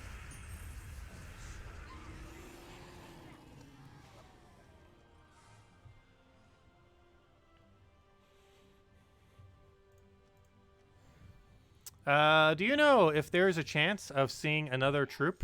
And wow, seriously, where all these gnomes come from? I don't mind though. Up to 45.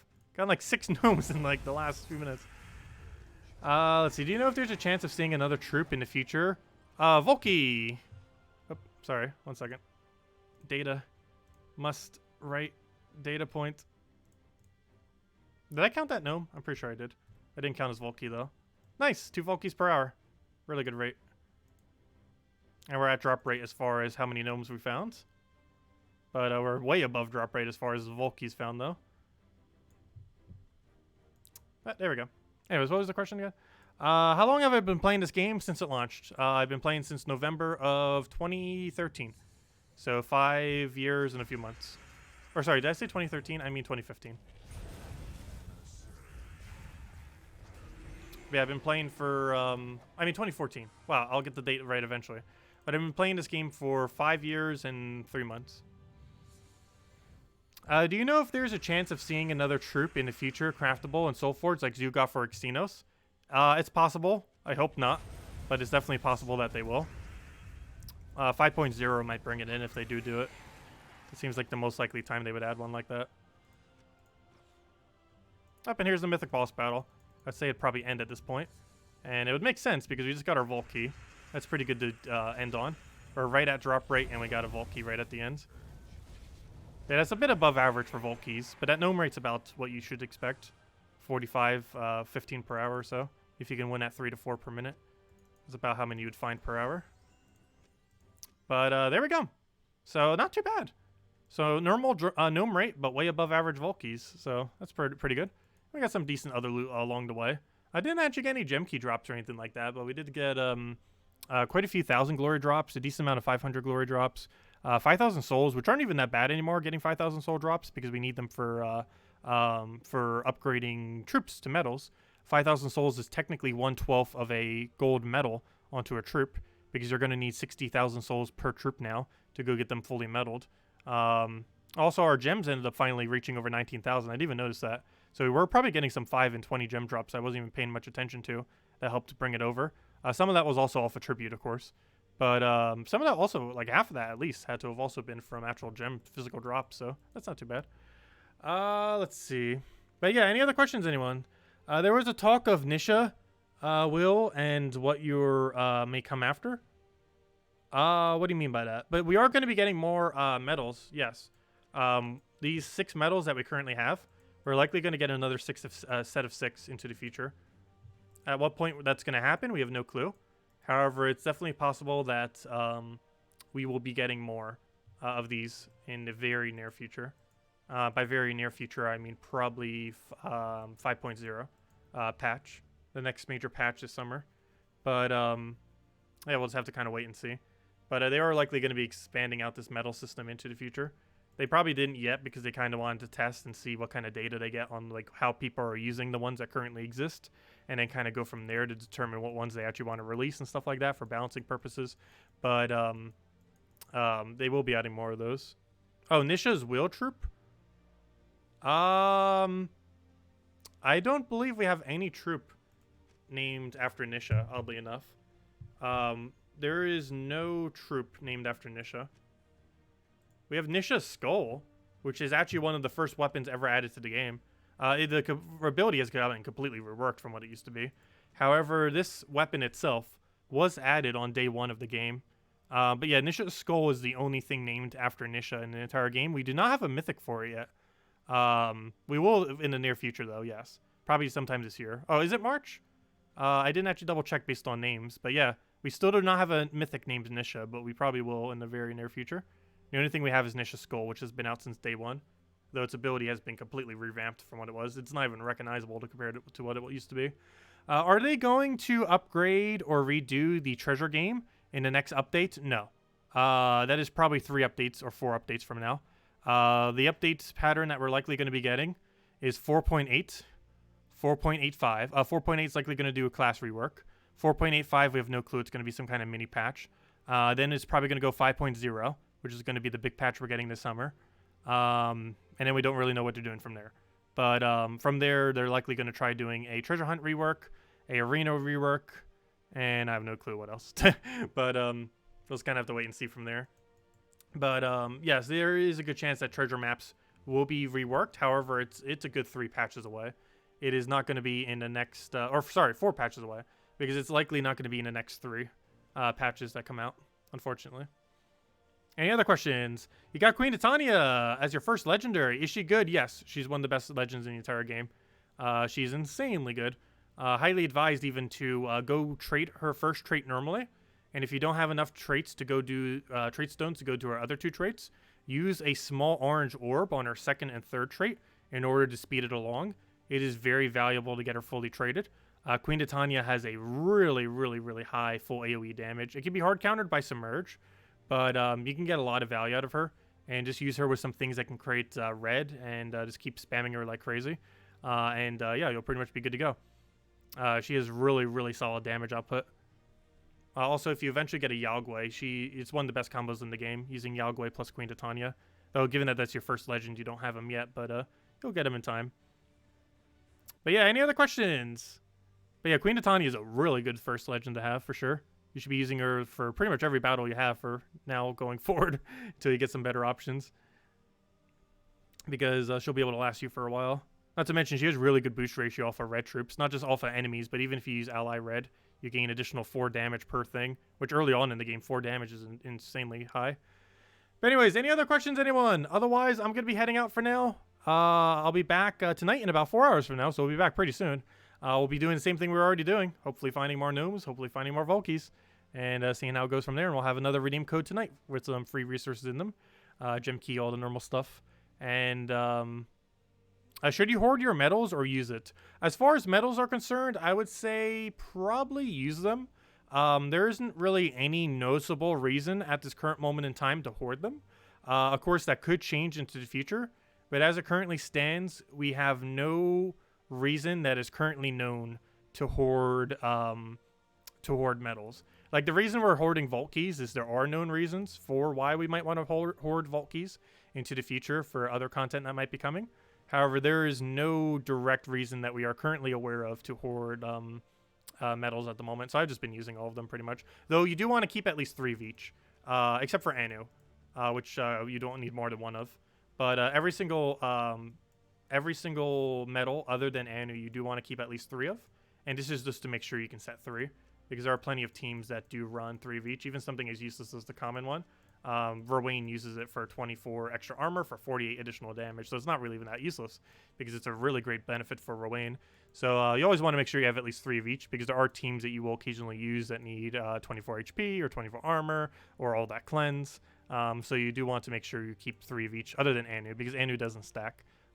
If you have 2 of them, it doesn't do anything. You can only ever really set 1. Because they do not stack with each other, so no reason to really have more than 1 on reserve.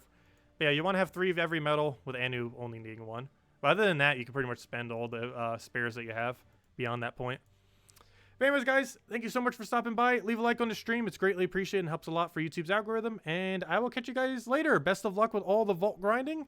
And hopefully you'll be able to get as lucky on vault keys as well. Because 2 per hour is actually a really, really decent rate.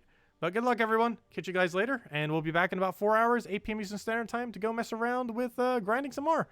Catch you guys later, and have a good weekend. Goodbye, everyone.